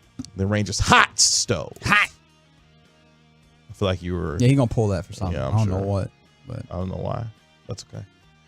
But yeah, if you missed that, you can also hit the rewind button on the Odyssey app and check out that show as well. And that will also be posted, I believe, on the 105 Through the Fan YouTube page, the video of everything. So yeah, you can. Oh, get that very as well. nice. Okay. Now talking about another DFW team, the Dallas Mavericks, who are facing off against the Phoenix Suns. The score don't matter right now because Luka Doncic limped off the field, off the court, I should say. I said field. He pulled up immediately after kind of having a little bit of a collision of sorts with Cam Johnson. And we have a update on that. Yeah, and it seems like Casey Smith and Nico Harrison walked out of the Mavs tunnel together per Callie Kaplan, and no Luka Doncic, so there should be an update from PR soon. As of just right now. Oh, okay, cool. Shout out to my man Rodrigo, dropping that in my DM. Appreciate Rodrigo! that. Luka Doncic with a left ankle sprain will not return to tonight's game against the Phoenix Suns. All right, so McKinley Wright, come on down. Get you some of these point guard minutes. Yikes, bro. As we go inside the gray area, we start off with that piece of news. Yeah, the breaking news on 105 Through the Fans presented by BetQL. Smarter bets start with BetQL.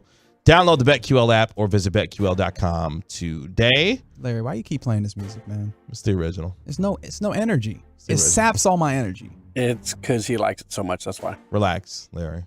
Relax. Yeah, there's other ways to annoy him with high energy. Like, can we just find one of those, please, for my sake? I got to find other things he doesn't like. KG, what don't you like? Let's not get into that right now. Well, I know he don't like the weekend. I know that's one of them. And I also don't like my superstar point guards leaving games with ankle sprains. Yeah, but there's not a way to play that as a bet. I hope you understand. Okay. Touche. But yeah, that's the news right now that Luka Doncic with a left ankle sprain, which he suffered in the first quarter against the Phoenix Suns, will not return to tonight's game in Phoenix. This is after, of course, he was named an All-Star for the fourth time in his career, third straight year as an All-Star starter for the Western Conference. Again, Luka Doncic's left ankle sprain will not return to the game tonight for the Mavericks. Additional note when it comes to the Mavericks as well, Christian Wood is going to be out for another week with the broken thumb that he suffered a couple of weeks ago, or almost 2 weeks ago now. Yes, with the thumb fracture, he will be out another week as he will be reevaluated 1 week from today to see if there has been any additional improvement there. So the injury bug continues to plague the Mavericks. Jason Kidd saying that prior to the game tonight that Christian Wood will be out at least another week, which the timing of that is not ideal because the NBA trade deadline is on February 9th.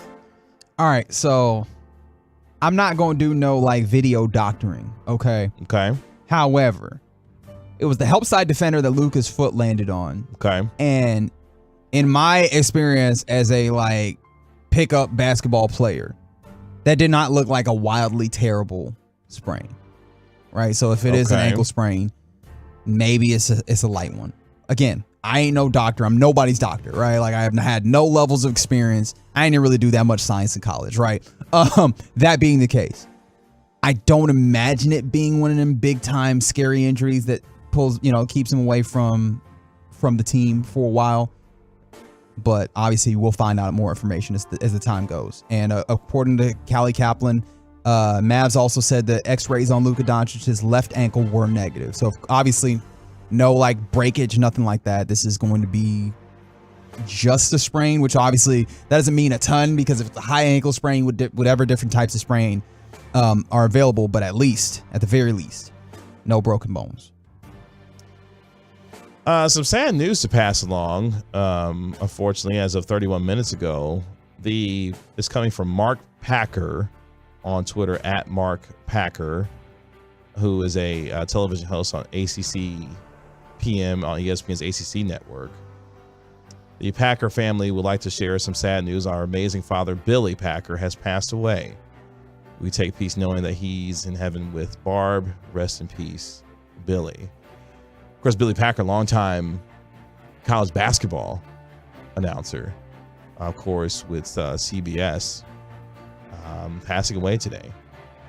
So, unfortunately, some sad news to pass along there in the world of college basketball.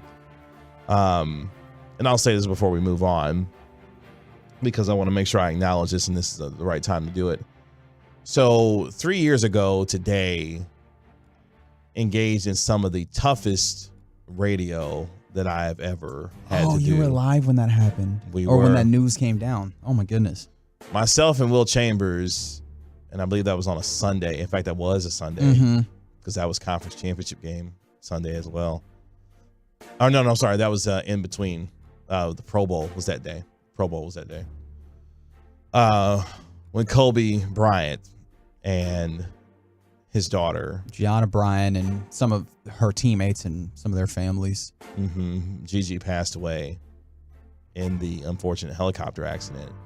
And I almost had forgotten until I woke up this morning and seen, obviously, some of the tribute started, pour in again for being 3 years. And I just remember being on air that day. And Reg, when I tell you that was the most surreal day of radio I've ever done, and what that turned into for the next, because we were on for 4 hours that day on that Sunday. And for the rest of, I think it happened, within the first hour or so of the show, and just all of that conversation that took place afterwards, and the reports and everything that was coming in and all the real-time information. It was just such a surreal day. But wanted to make sure acknowledge that it's just, I can't believe it's already been 3 years, honestly, already since Kobe Bryant has passed away. Yeah. One of the things for me that was kind of interesting, I don't know if I have a great word for it, was just seeing how much Kobe Bryant affected folks. Like on the news of his passing, obviously, like just how sudden it was part of it. But I mean, and for folks of a certain age, Kobe Bryant was a cultural touchstone. Yes. And with that being the case, like, I don't mean to say that, like, folks in sports can't have such a wide reach, but his reach was really wide, maybe wider than I would have realized before, even understanding what he is as a basketball player and those things. But no, that just kind of struck me. And of course, like, because of how sudden it was, I remember I was actually like at my folks' church in Houston, because I was out visiting them. And so, like, one of the kids out there was like, Kobe died. And I was like, what are you talking about? Like, I didn't believe them, because I'm like, kids are just saying nonsense. And then on my phone, and boom, like, the news starts coming. Not even just like, obviously there's a whole bunch of people. It starts with like, is this true? Is this true? And then you start seeing more and more credible folks being like, yes, this is true. And you just have to sit with that and think about what that means. So, no, it was just like you. It was just a surreal day. I think that's the word, surreal. And obviously I'm very happy that I did not have to try and do radio and talk through that, but no, wild day. The outpouring of emotion that day and the heartfelt messages. We wound up taking phone calls that day as well. People obviously being able to, get out their emotions and feelings about the whole thing. And what you said was very, very poignant, that Kobe hit different for a lot of people in that way. Because for a lot of NBA fans, he was a near facsimile of what Michael was. The way that he played, his mannerisms, the way that he attacked the game, the way that he played the game, it reminded a lot of people of the way Michael played. And when you saw, Michael Jordan at Kobe's, funeral, you saw how much he loved Kobe and the way that he took to him, because he saw Kobe in him and the way that they both played the game.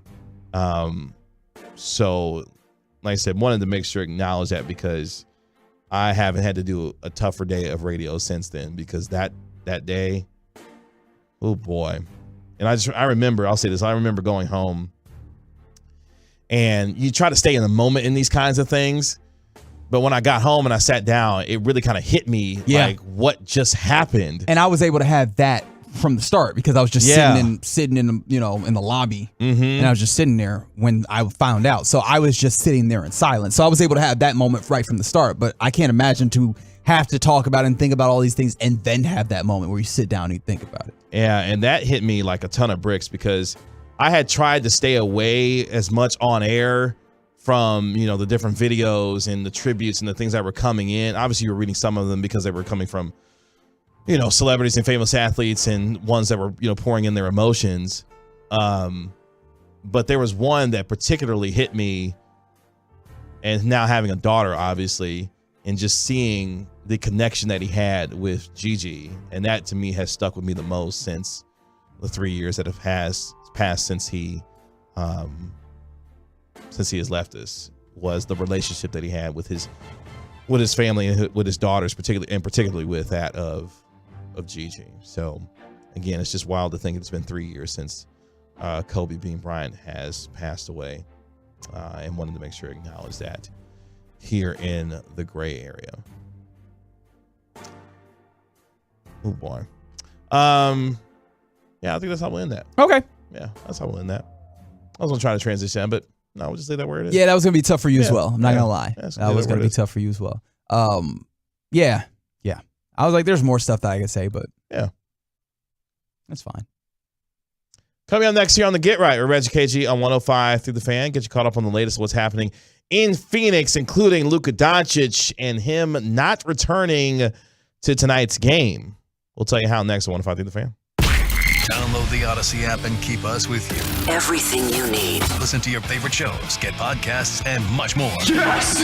From DFW Sports Station, 105.3 The Fan.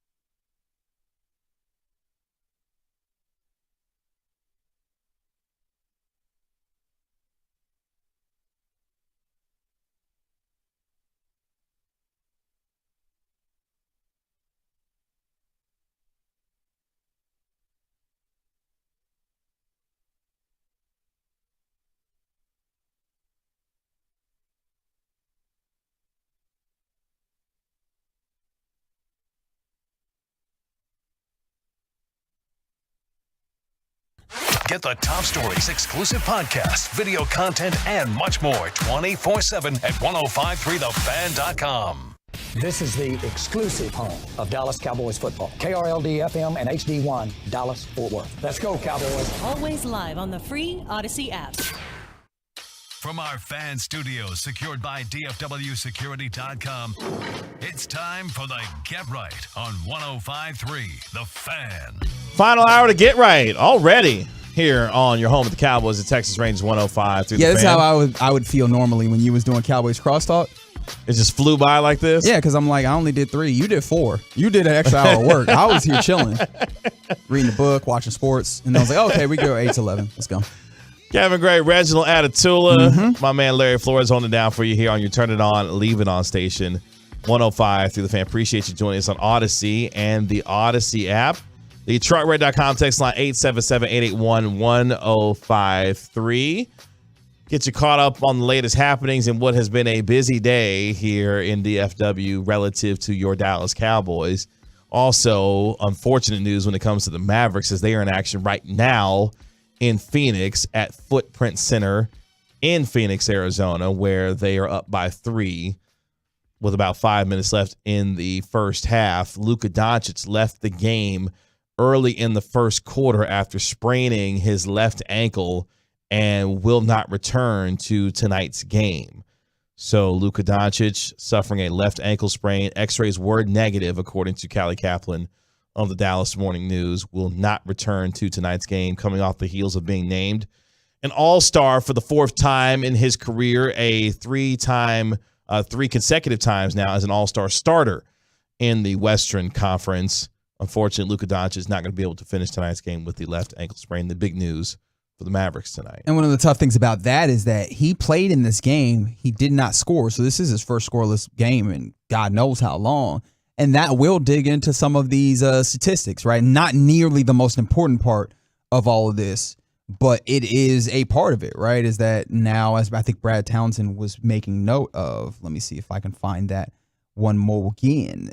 This will be the first scoreless game of his career entirely. His previous career low was 2 points against Miami on December 14th in 2019 when he played 2 minutes and left with an injury. So obviously, similar situation, just one more bucket that night. So yeah, first scoreless game, and that will knock down the scoring average just a little bit. But I think more than anything, you hope that it is one of the more minor varieties of sprain. I don't know if that's the best way I could think to say it.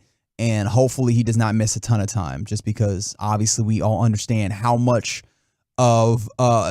he carries on this team, how much weight and importance he carries.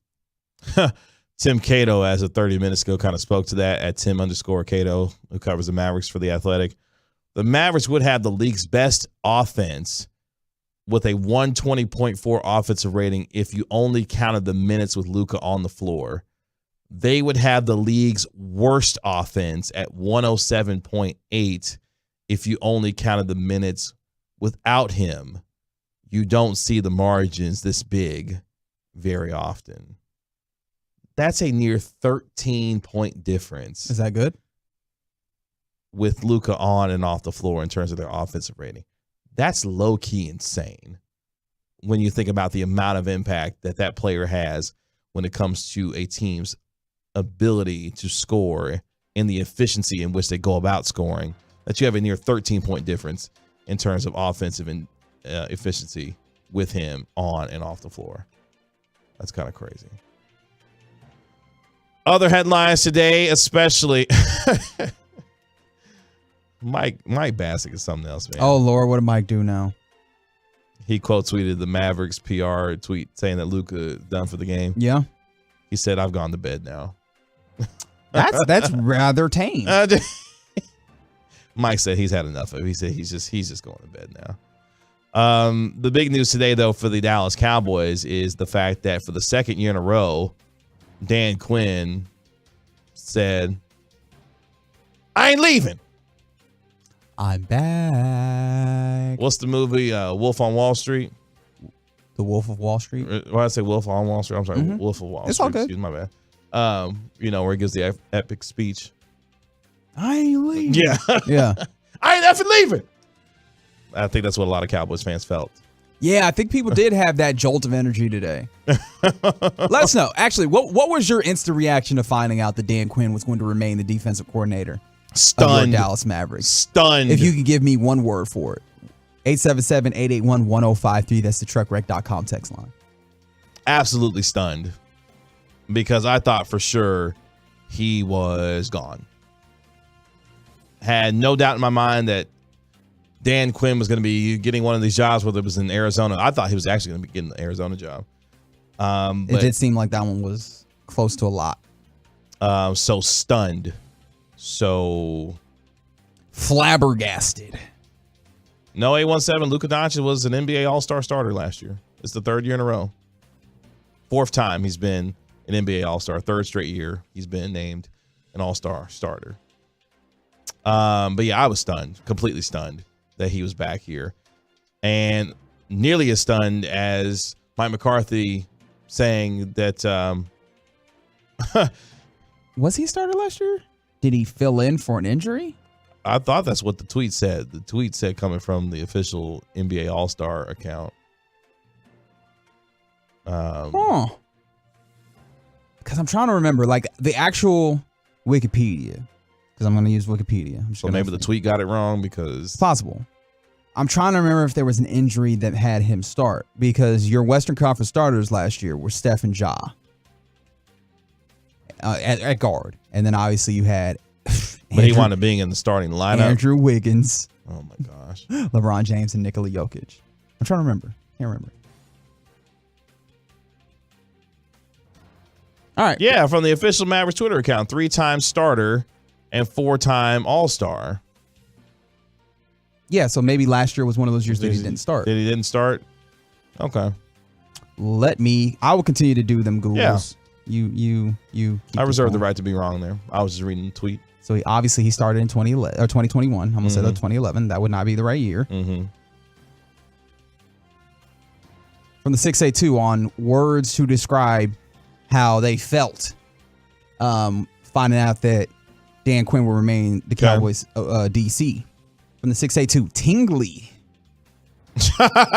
That's what we're going with? I don't want to know where those tingles were happening, but that's not for me to know. From the 214, joy. From this is the same 682. I told you only got one word, but they say euphoria. Oh, that's a good one. That's a good word right there. Oh, they say they literally just found out from us. Well, there you go. I'm glad to be able to give that for you. What's that? We just let them know that Dan Quinn gonna still be there. Oh, wow. They just now found out. Congratulations. Yep. Dan Quinn is not going anywhere. And Mike McCarthy was non-committal today when talking about the job status of Kellen Moore, saying that all the coaches will continue to be evaluated. And we're assuming that's going to be taking place over the next couple of days. Yeah, he sounded tired, and I imagine he's not going to get a lot more sleep here soon. From another 682, first reaction was, quote, "Is he stupid?" Which I'm not going to lie. Had a tinge of that myself. Oh, really? Really? That kind of creeped in your mind a little bit? Well, because, I mean, look, man, there's only so many times where you're going to be the hot name, right? And maybe that is our perception, and maybe when you get into those rooms, maybe he wasn't so hot of a name. Brian Broaddus did float the idea that maybe he looked up and he saw that he wasn't actually going to be the one who was going to be getting these jobs. So he decided to take that step back, maybe to continue, maintain the perception that you're still a front runner or whatever and those things. However, right, and I'm mentioning Byron Leftwich, not that he is the only situation, like he's not the end all be all, but he's just a touch point in this idea where you can be one of those names out there as the hot coordinator for, as a candidate for a head coaching job, and the next year you can be fired from your job and not that, right? And not to say that he would get fired from his job. The point just Chris being, Richard was one of those guys. He was. The point just being like, there's no guarantee that you're going to remain in that spot, so you got to kind of strike where the iron's hot while this head coach money is out there. Although, as I say that, the rumors are he already getting head coach money, so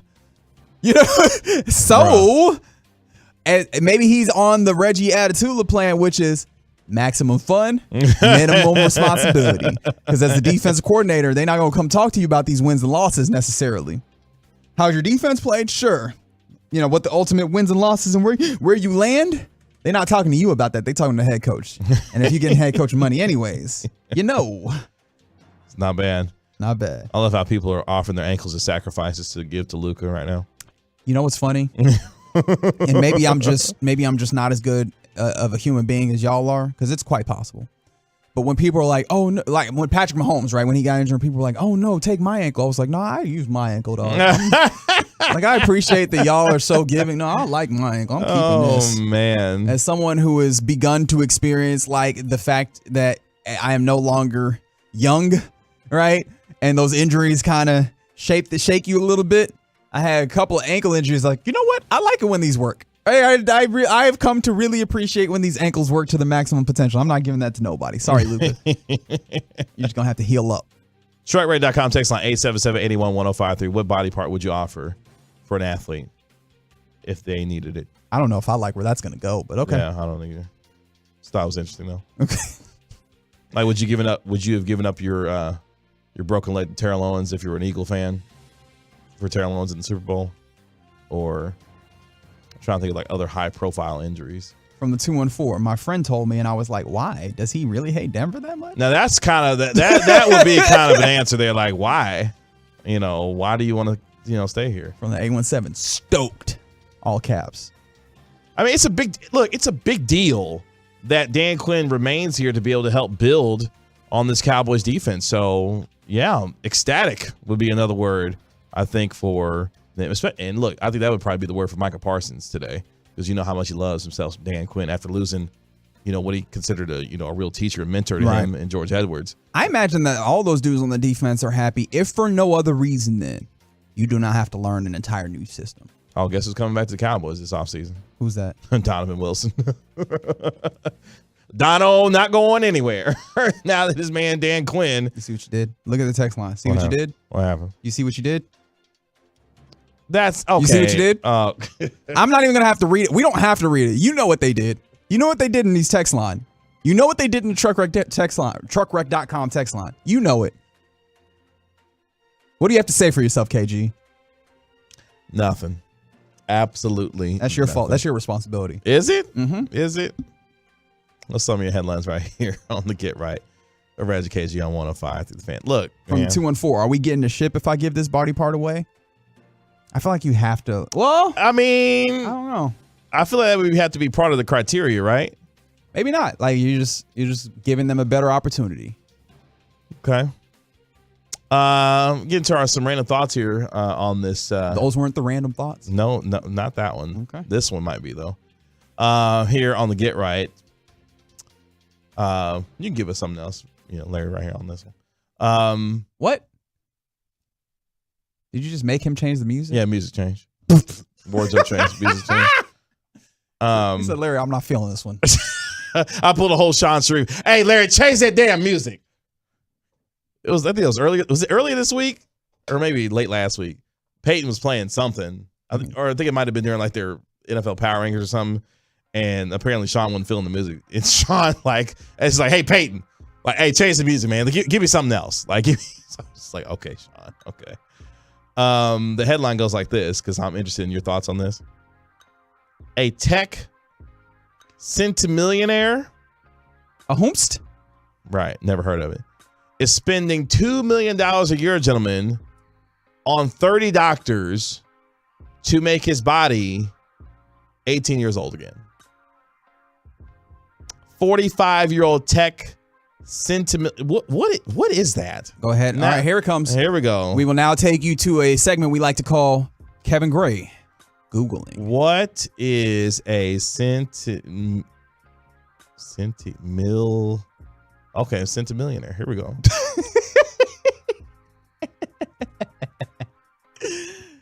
He always sounds like somebody's uncle. Oh, okay. One whose wealth is estimated at $100 million or more.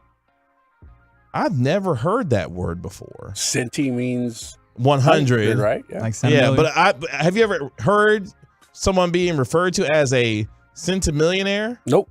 I've never heard that before. That's why I was kind of confused on what was happening here. From the 214, isn't that a half horse, half man? That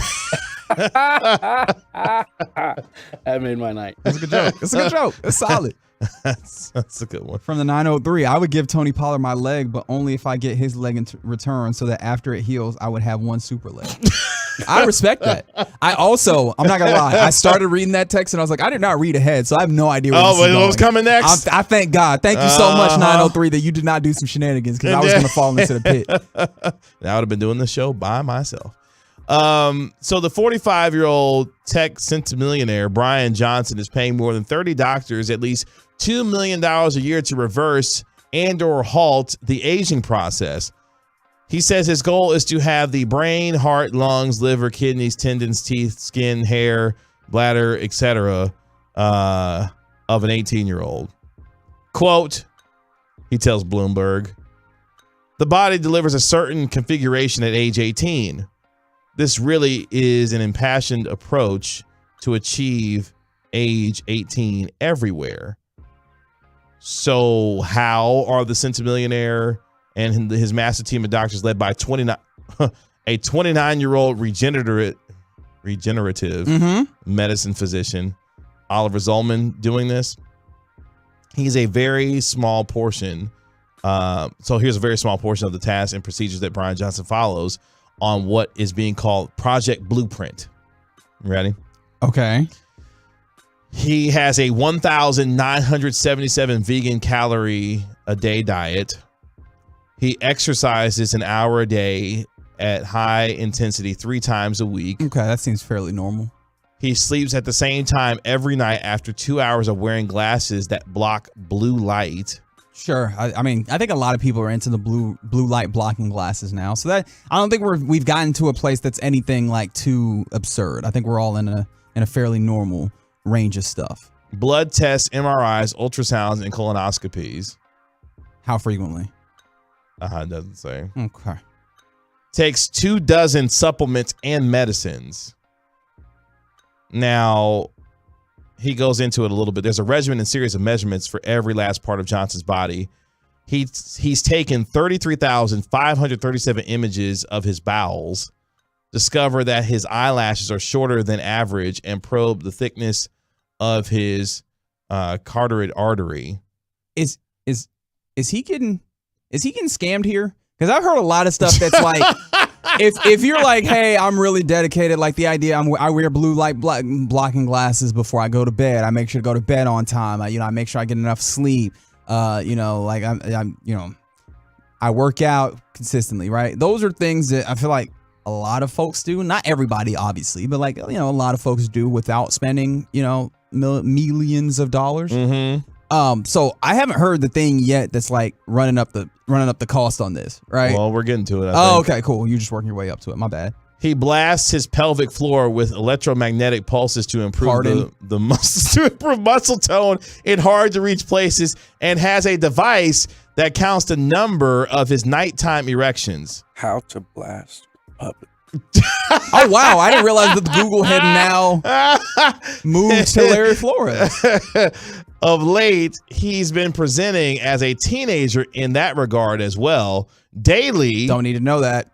He measures his weight, body mass index, and body fat, and he monitors his waking body temperature, blood glucose, heart rate variations, and oxygen levels while sleeping. He's undergoing a fairly constant stream of blood, stool, and urine tests, as well as whole body MRIs and ultrasounds, plus regular tests aimed more specifically at his kidneys, prostate, thyroid, and nervous system. Yeah, no wonder he's having to spend all this money, right? If I have to constantly be touching your boo-boo, you better be a dog. What are you talking about? Please mark that. And honestly, I don't really rock with dogs that heavy anyways. You telling me it's a grown man. Oh, that man. He's like, yo, you have a postgraduate degree. I need you to touch my boo-boo consistently. Just all the time. Just get up in there and see if there's anything wrong with it. From the 832, that's called doing your Kegels. It's so funny. I just watched a video today from an interview that Regina Hall had with Conan O'Brien. Oh, that sounds fantastic. It was actually pretty hilarious. Talking about Kegels and whatever that is. By the way, Kenny Smith, elite turtleneck wearing tonight. Once again by him. You just care so much about the Look at it. Elite turtleneck wearing. Adam Lefkoe doing a little bit of something too with his mock turtleneck. I don't know if that's a shirt or mock turtleneck, but anyway. So that's what he spends his $2 million a year, does this Mr. Johnson. He also, here we go. To repair sun damage to his skin, Johnson applies 7 daily creams and gets weekly acid peels. Yeah, he don't got time to do regular stuff. And laser therapy. He wants to like turn his body back 18. But like the best part, what's his name? Brian Johnson. That's not real. He's a fake person. This is fake. But the thing about it is like the best part about being 18 is that you can just put your body through hell. Right? Like your body is, you can go and do but after doing all of this stuff, like there's not enough time in the day to go actually do 18-year-old stuff, is there? Well, apparently this is working, because what he says is what I may do may sound extreme. What I may do sounds extreme, but I'm trying to prove that self-harm and decay are not inevitable. Okay. All right, dog. Jeff Toll, who's an internist on the team, claims all of this apparently is working. I would say that it's working too. Keep cashing them checks. I treat athletes and Hollywood celebrities, and no one is pushing the envelope as much as Brian. Tests show that the 45-year-old centimillionaire who created Braintree Payment Solutions, LLC, and sold it to eBay for $800 million has reduced his overall biological age by at least 5 years. That's not 18. He has the heart of a 37-year-old, the skin of a 28-year-old, and the lung capacity and fitness of an 18-year-old. I still drop buckets on him. Bet money. So the question is, gentlemen, would you engage, if money was no object to you, would you engage in what Mr. Johnson is attempting to do here with turning the clock back for his body to the age of 18? No, I'd spend that money trying to have fun. What are you talking about? A lot of that sounded terrifyingly annoying. Like, it sounds like there was just a lot of annoyance and like just too much work for this. And I don't know that I heard enough of him getting the benefits out of all this work. I'd be out here having a ball. I don't like going to the doctor's office for anything, much less to have to go through all these tests and all these different whatever he's doing himself. It's more work. Money's not an option. Then why are you trying to work? What did your Googles come up with? The electromagnetic information there for yourself? Oh no, it was just how to blast your pelvic floor muscles. It was step 1, keep breathing. Oh, okay. Step 2, only squeeze and lift. Step 3, do not tighten your buttocks. And step 4, keep your thighs relaxed. That's how you blast your pelvic floor muscles. That sounds fairly simple. Yep. What does a service like this cost? Does it say? It doesn't. Okay. It costs $1 centimillion.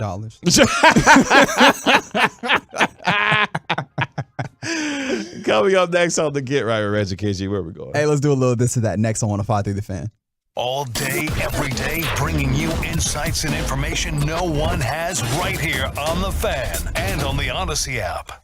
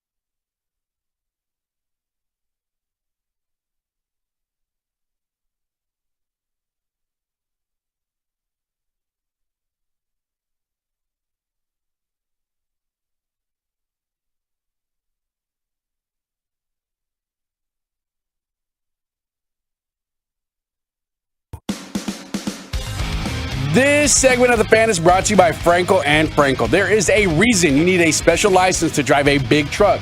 So companies that hire drivers and put them in a big truck should be held accountable for what happens when one hurts you. Frankly, you need Frankel and Frankel. The consultation, it's always free. Visit truckwreck.com. To get right with Reggie KG on 105.3 The Fan. Kevin Gray, Reginald Atatula. I think we both had the same thing happening right there. You had something where you had to clear your throat. I had food in my mouth. And so we were both sitting here just looking at these microphones. Like, what? Something about to happen here in just a minute. At some point, somebody going to say something. Appreciate you joining us on Odyssey and the Odyssey app. My man Larry Flores on the down for here on your Turn It On, Leave It On station. 105.3 The Fan. By the way, programming notes for this weekend. Chris Arnold, the three-time Hall of Famer, will be in with Reg tomorrow from 7 to 9 p.m. right here on the Get Right. And then on Saturday, you'll want to Turn It On, Leave It On from 9 a.m. to 2 p.m. right here on 105.3 The Fan. As myself, the three-time Hall of Famer Chris Arnold, and Joey Erickson will be live at Rangers Fan Fest on Saturday. So it will be a busy, busy day for us here on your home of the Rangers, as we are that much closer to spring training. The guys going to be reporting to training camp, spring training here in a couple of weeks. In fact, we were talking with Taylor Hearn, one of the pitchers for the Texas Rangers tonight on the Rangers Hot Stove Show. He said he's going to be reporting here in the next couple of weeks, around February 11th or 12th. So baseball on its way back. Baseball. Here for your Texas Rangers. One of the most anticipated seasons in recent memory here, with the amount of pitching that Ray Davis spent on this offseason. But right now, I think it's time for this. What's happening, fellas? What up? Yo! Good to have you gentlemen here. Appreciate you listening. Wherever you're listening, however you listen, we appreciate you being a part of this very program. And this is this or that. It's a very simple segment. I will put forward a statement. Kevin, Larry, and you will tell me whether you agree or disagree. Agree is this, disagree is that, on the statements that I put forward. And you, the listener, can get involved on the truckwreck.com text line, 877-881-1053. Let me see. Where do I want to start with? Let's start here.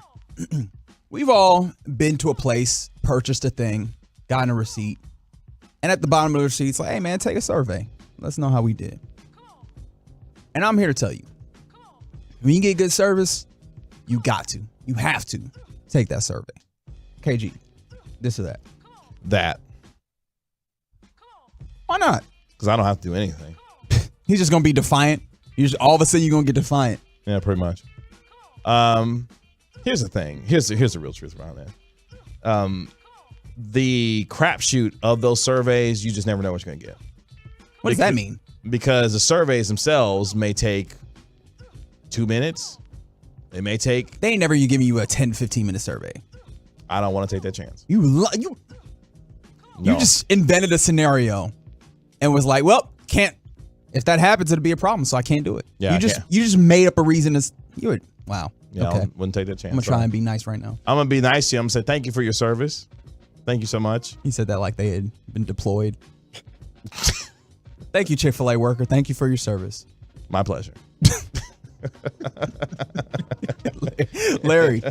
I'm gonna go with this, but it depends on the situation and what. I mean, if it's fast food and hey, take this survey, you could win $5,000. Like, no, okay, no, I'm not gonna do it. Cool, yeah. Maybe I'll tell them, but if it's like for something that's the person's like their name and it's like their brand, like a tattoo or like a small business of sorts? Something like that, then I definitely will, because I feel like that's, I mean, a lot of times whenever people are just kind of on the whim looking for something like that, like I know Reggie has a new barber every single week or whatever, right? When you're looking at reviews, right? You want to make sure, okay, how many stars this guy? What are people saying? Let me look at the most recent things. Yeah, but the tough thing about it is those ratings aren't useful if it's only the people who are incentivized to go do it because they had something bad happen, right? It's not going to be reflective, right?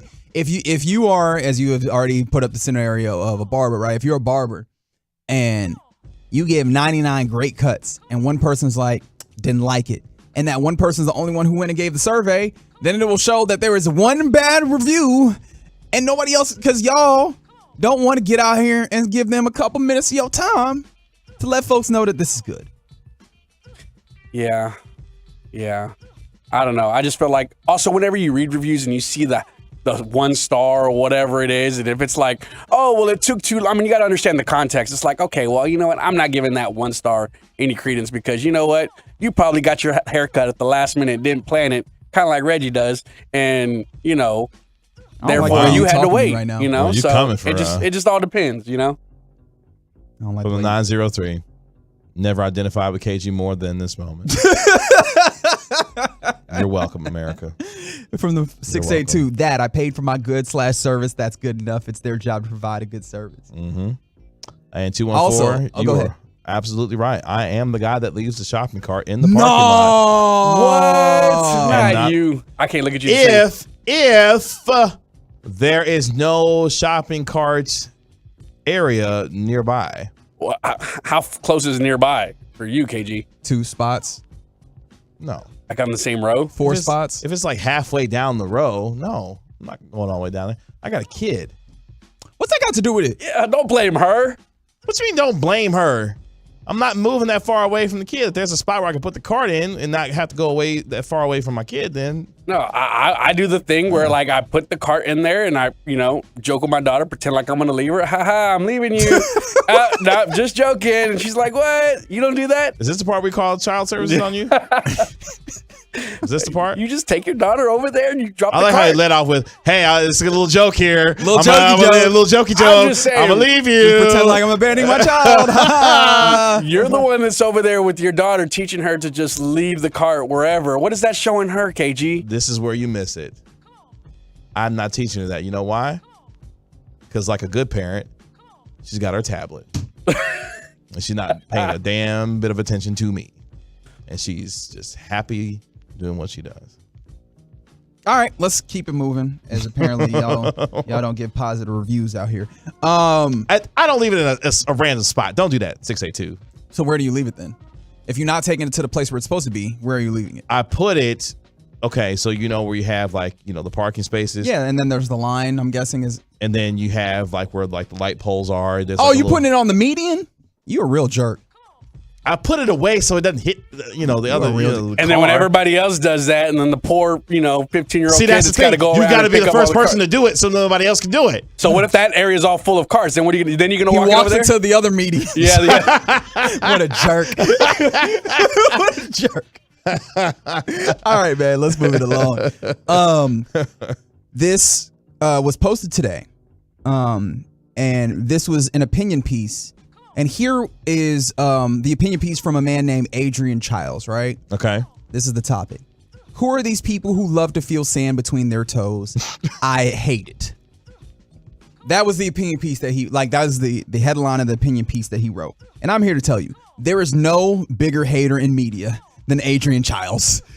Larry, this or that. I'm gonna go with that. I disagree. Like sand between, that's not a good feeling. I don't. Okay. Something KG said. Something I said? Yeah, what are you laughing at right now? Yeah, I don't know. You know, we're also doesn't hit people's cars in the cart corral where it goes. Correct. Correct. That's why they made it. That's shady text. Yeah, you don't have to know who it is. He That's just good. wrote a piece that was that he was going after sand, ladies and gentlemen. Well, I mean, he wrote a whole piece to go after sand. If the question is he the most hater? What He's the biggest hater in media. Well, it sounds like this. That's what I'm saying, dog. You went after sand. You know how much money people pay to be around sand and beaches and stuff. And he's like, you know what? Sand stinks. But here's the thing. And this is why I think that. He's right. Oh wow. He's right. He is. Here's the thing. Like you get the cool sensation for about 30 seconds. Then after that, it becomes annoying. That's incredible. We got Swaggy Booty said sand is the worst part of the beach. I didn't know that y'all all felt like this. Wow, we are learning things today about our friends. No, I am not 682. I am not. The 214 says KG wrote a piece about shopping carts. KG, go and do it. You think pieces on the shopping carts. Write a hit piece on the shopping cart for 105throughthefan.com. You will become the biggest hater in media. As long as it paid. That's incredible. I didn't realize. Wow. From the 469 was gonna leave a good review for y'all show, but y'all made a good point. So sorry, not sorry. Okay, I don't see what y'all did. Now y'all taking good reviews away. I don't know where you're leaving that review. Yeah, where's our reviews at? I want to read them. No, I don't want to read them. That is for you guys, not for me. That is all for you. Keep that to yourself. All right, one more. Would you gentlemen be interested in buying a house? For the sake of this case, say yes. Yes. Thank you. I've got a house for you, gentlemen. 3 bedrooms, 2 baths. Really nice, modern design. It's been really updated. Everything looks great. $325,000. Good for the money. The only catch? Your backyard is literally a cemetery. Hell no, bruh. This or that. Hell no. That. Every day and twice on Sunday. Hell no. You got a decent deck, at least. You got a deck over there. Story time with Kev real quick. In this Okay. In the current neighborhood that we're living in. No, you're lying. There's a house it's about a block and a half away from where our house is. Our house is like on the corner. And it was on sale because we were looking to buy a house. And the caveat was that, and it was like marked down for like the price for the neighborhood or whatever. And we were like trying to figure out why the price was marked down so much. We found out the reason why the house had been on the market for so long. Someone was killed in it. And they were trying to get somebody to buy the house, but someone had been murdered in the house. Someone had died in there. And guess what? They bought that thing. No. My wife was like, can we buy that house? Hell no! All that bad juju in that house. There is no way in hell we are buying a house where someone got murdered in. She's like, but it's cheap though. You think? Under that same vein, from the 972 3-bed 2-bath house for $325 in this market, me and them ghosts finna be neighbors. Yeah, no, I'm gonna agree with KG. As a homeowner right now, there's little things that you got to look for now that I know that I've been in a house. Just little things. You look at the kitchen area. You look at the bathroom. You look at the layout. And you make sure there's not a cemetery in your backyard. So no, I'm out. From the 682, I've seen poltergeist. Hell no. From the 817, I'm not about to test Shaun of the Dead by having a cemetery in my backyard. Big that. From the 214, they want to know, Kevin, what kind of murder? Poisoning or violent? Like, is it murder? Was it some light murder? Details be spared. Just a murder, a slight murder. You know what I mean? Just something light, or was it like real? Listen to what you sound like right now. A light murder. As if there's levels to this. Was it a 2.5 or an 8? Was it premeditated? Right, or was right. It, just exactly. Was it by accident? Like, come on, bruh. No. That 100 times that. No. From the 254, my aunt literally lives behind the Waco Cemetery, Oakwood Cemetery. Stayed the nights all the time when I was young. Yeah, how did you sleep? Let me know how you slept. I'm very interested in it. And from the 214, those HOA meetings would be a nightmare. Ha ha. Very all right. funny. That's how we do this or that. When I buy a house with a cemetery behind it, you got messed up, bro. Coming up next, it's Final Call on 105 Through the Fan. Coming up Friday morning on Sean and RJ, let's make our picks for who's going to the Super Bowl. You have to tell us who you're rooting for in the NFC Championship. And did the Mavs continue to own the Suns? It's a Friday morning on The Fan.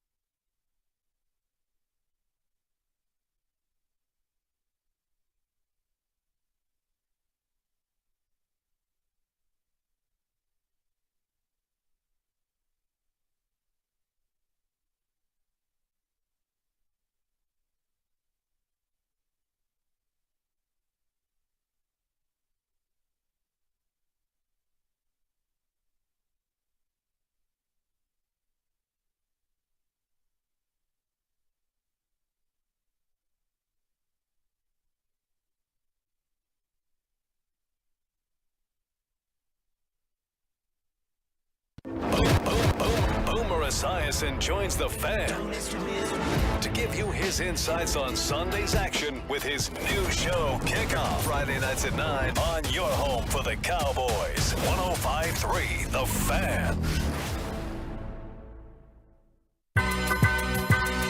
Welcome back to the Get Right. We're Reggie KG on 105.3 The Fan. What an inside joke. Oh, my God. Text in if you know what he was trying to reference. 877-881-1053. I highly doubt we get one person who actually knows what you were trying to do there. Rest in peace to DMX, man. Kevin Gray, Reginald Attitude, Larry Flores right here on the Get Right on 105.3 The Fan. The truckrate.com text line is 877-881-1053, where the 214 15-year-old grocery store worker here. KG made me walk in the rain 2 parking spots to get his cart. Yeah. Yep. Oh, man. You can find me on Twitter at Kevin Gray Sports. You can find Reg on Twitter at Reg Attitude. You can find Larry on Twitter at Larry D. Flores from the 469.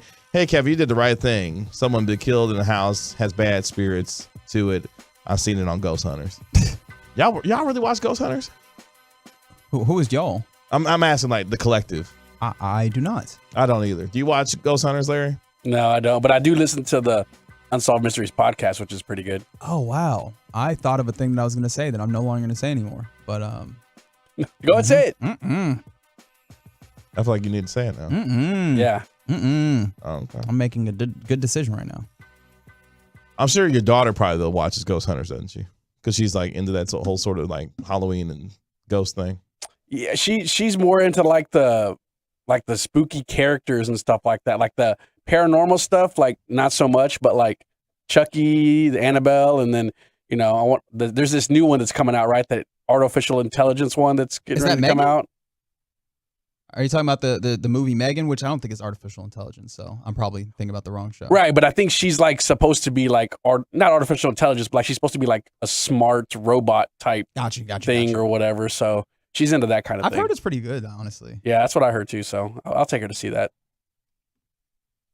It's final call here on the Get Right or Reggie KG on 105.3 The Fan.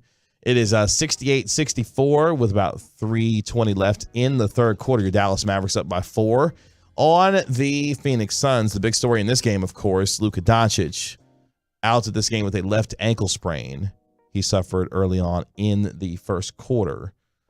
Spencer Dinwiddie, though, picking up the slack for the Mavericks at this particular moment in time. My bad. 254. Apparently, Megan is about AI.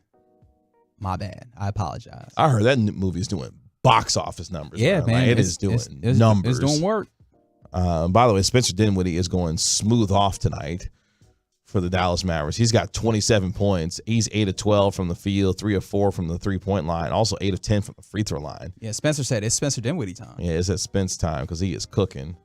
Shout out to Dwight Powell, who apparently is doing the same.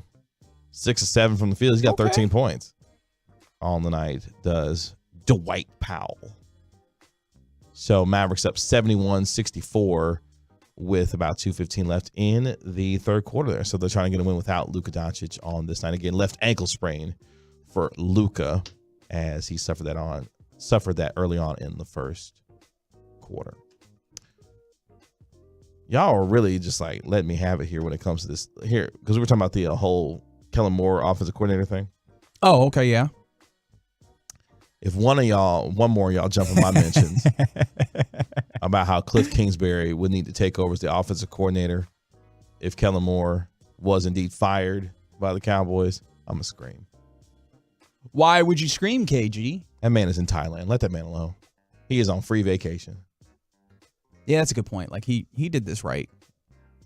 I mean, it really does. He failed up all the way to head coaching money. You want to talk about a con artist. And then he got an extension on head coaching money. And then he got fired early into that second extension so that he has multiple years of money coming in.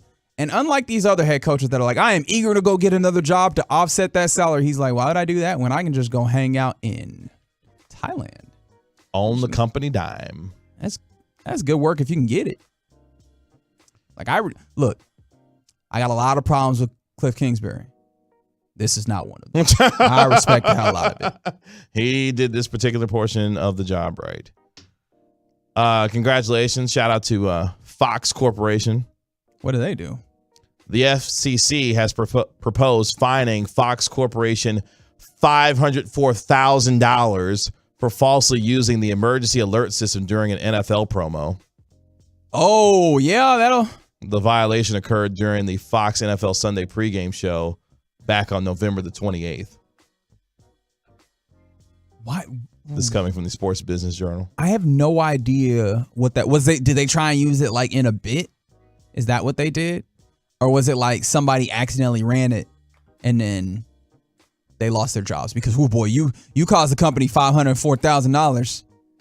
It was probably like a bit. Like, it was probably like, hey, this is one of them Rob Riggle things. Yeah. And then just did that little sound. And by the way, has Rob Riggle done one of those Fox things that's actually funny? No. Does he still do it? I thought they moved to, what's his name? Wouldn't know. Cooper. Because he's not funny either. Who is the other dude? Cooper Manning. Oh, Cooper Manning's doing them? The third of the Manning brothers. He's not funny at all to me. Oh, he isn't? Okay. I don't. I wouldn't know. So. I don't really be watching them shows. In part because Rob Riggle was doing them stuffs. Oh boy, Dave Burt just got chefed up, as Dave Burt is wont to do. Oh, Davis Bertans. Like, who the hell is Dave Burt? Yeah, Dave Burt. I was like, I'm confused looking at this game, talking about who the hell is Dave Burt? Yeah, Dave Burt. Oh, he's talking about Davis Bertans. Who got him? Chris Paul. Oh, Chris Paul got him. Did him real dirty. 65-year-old Chris Paul at this point. It's from the 254 KG. Hear me out. All right. OC Art Browse. The eye roll that he just let out. That'd be a terrible idea. You almost had me cuss on this radio station. Ooh, right. Boy, yeah, don't do that. Speaking of FCC violations. That's what I'm talking about, yeah. No, I'm not going to do that. Don't y'all look, Art Briles, let that go. Let that go. The whole Art Briles thing, let it go, okay? By the way, real quick, in the last couple seconds here, Valley Sports, regional sports networks are headed for bankruptcy. Yes, and I wish we didn't do this right now because this is like wildly interesting to me. Good luck with that. Yeah, but the tough thing about it is all these teams or whatever, their deals are with Bally Sports. So if they go into bankruptcy, that will actually force some teams to tighten up their belts in the way that they spend because you can't anticipate that money comes in. Hello, Dallas Mavericks. For my man Larry Flores, my partner Reginald Atatula, my name is Kevin Gray. It's been the Get Right with Reggie KG on 105.3 The Fan. Y'all be good. Be easy. Peace. Be a part of the show. Text us on the truckwreck.com fan text line, 877-881-1053. That's 877-881-1053.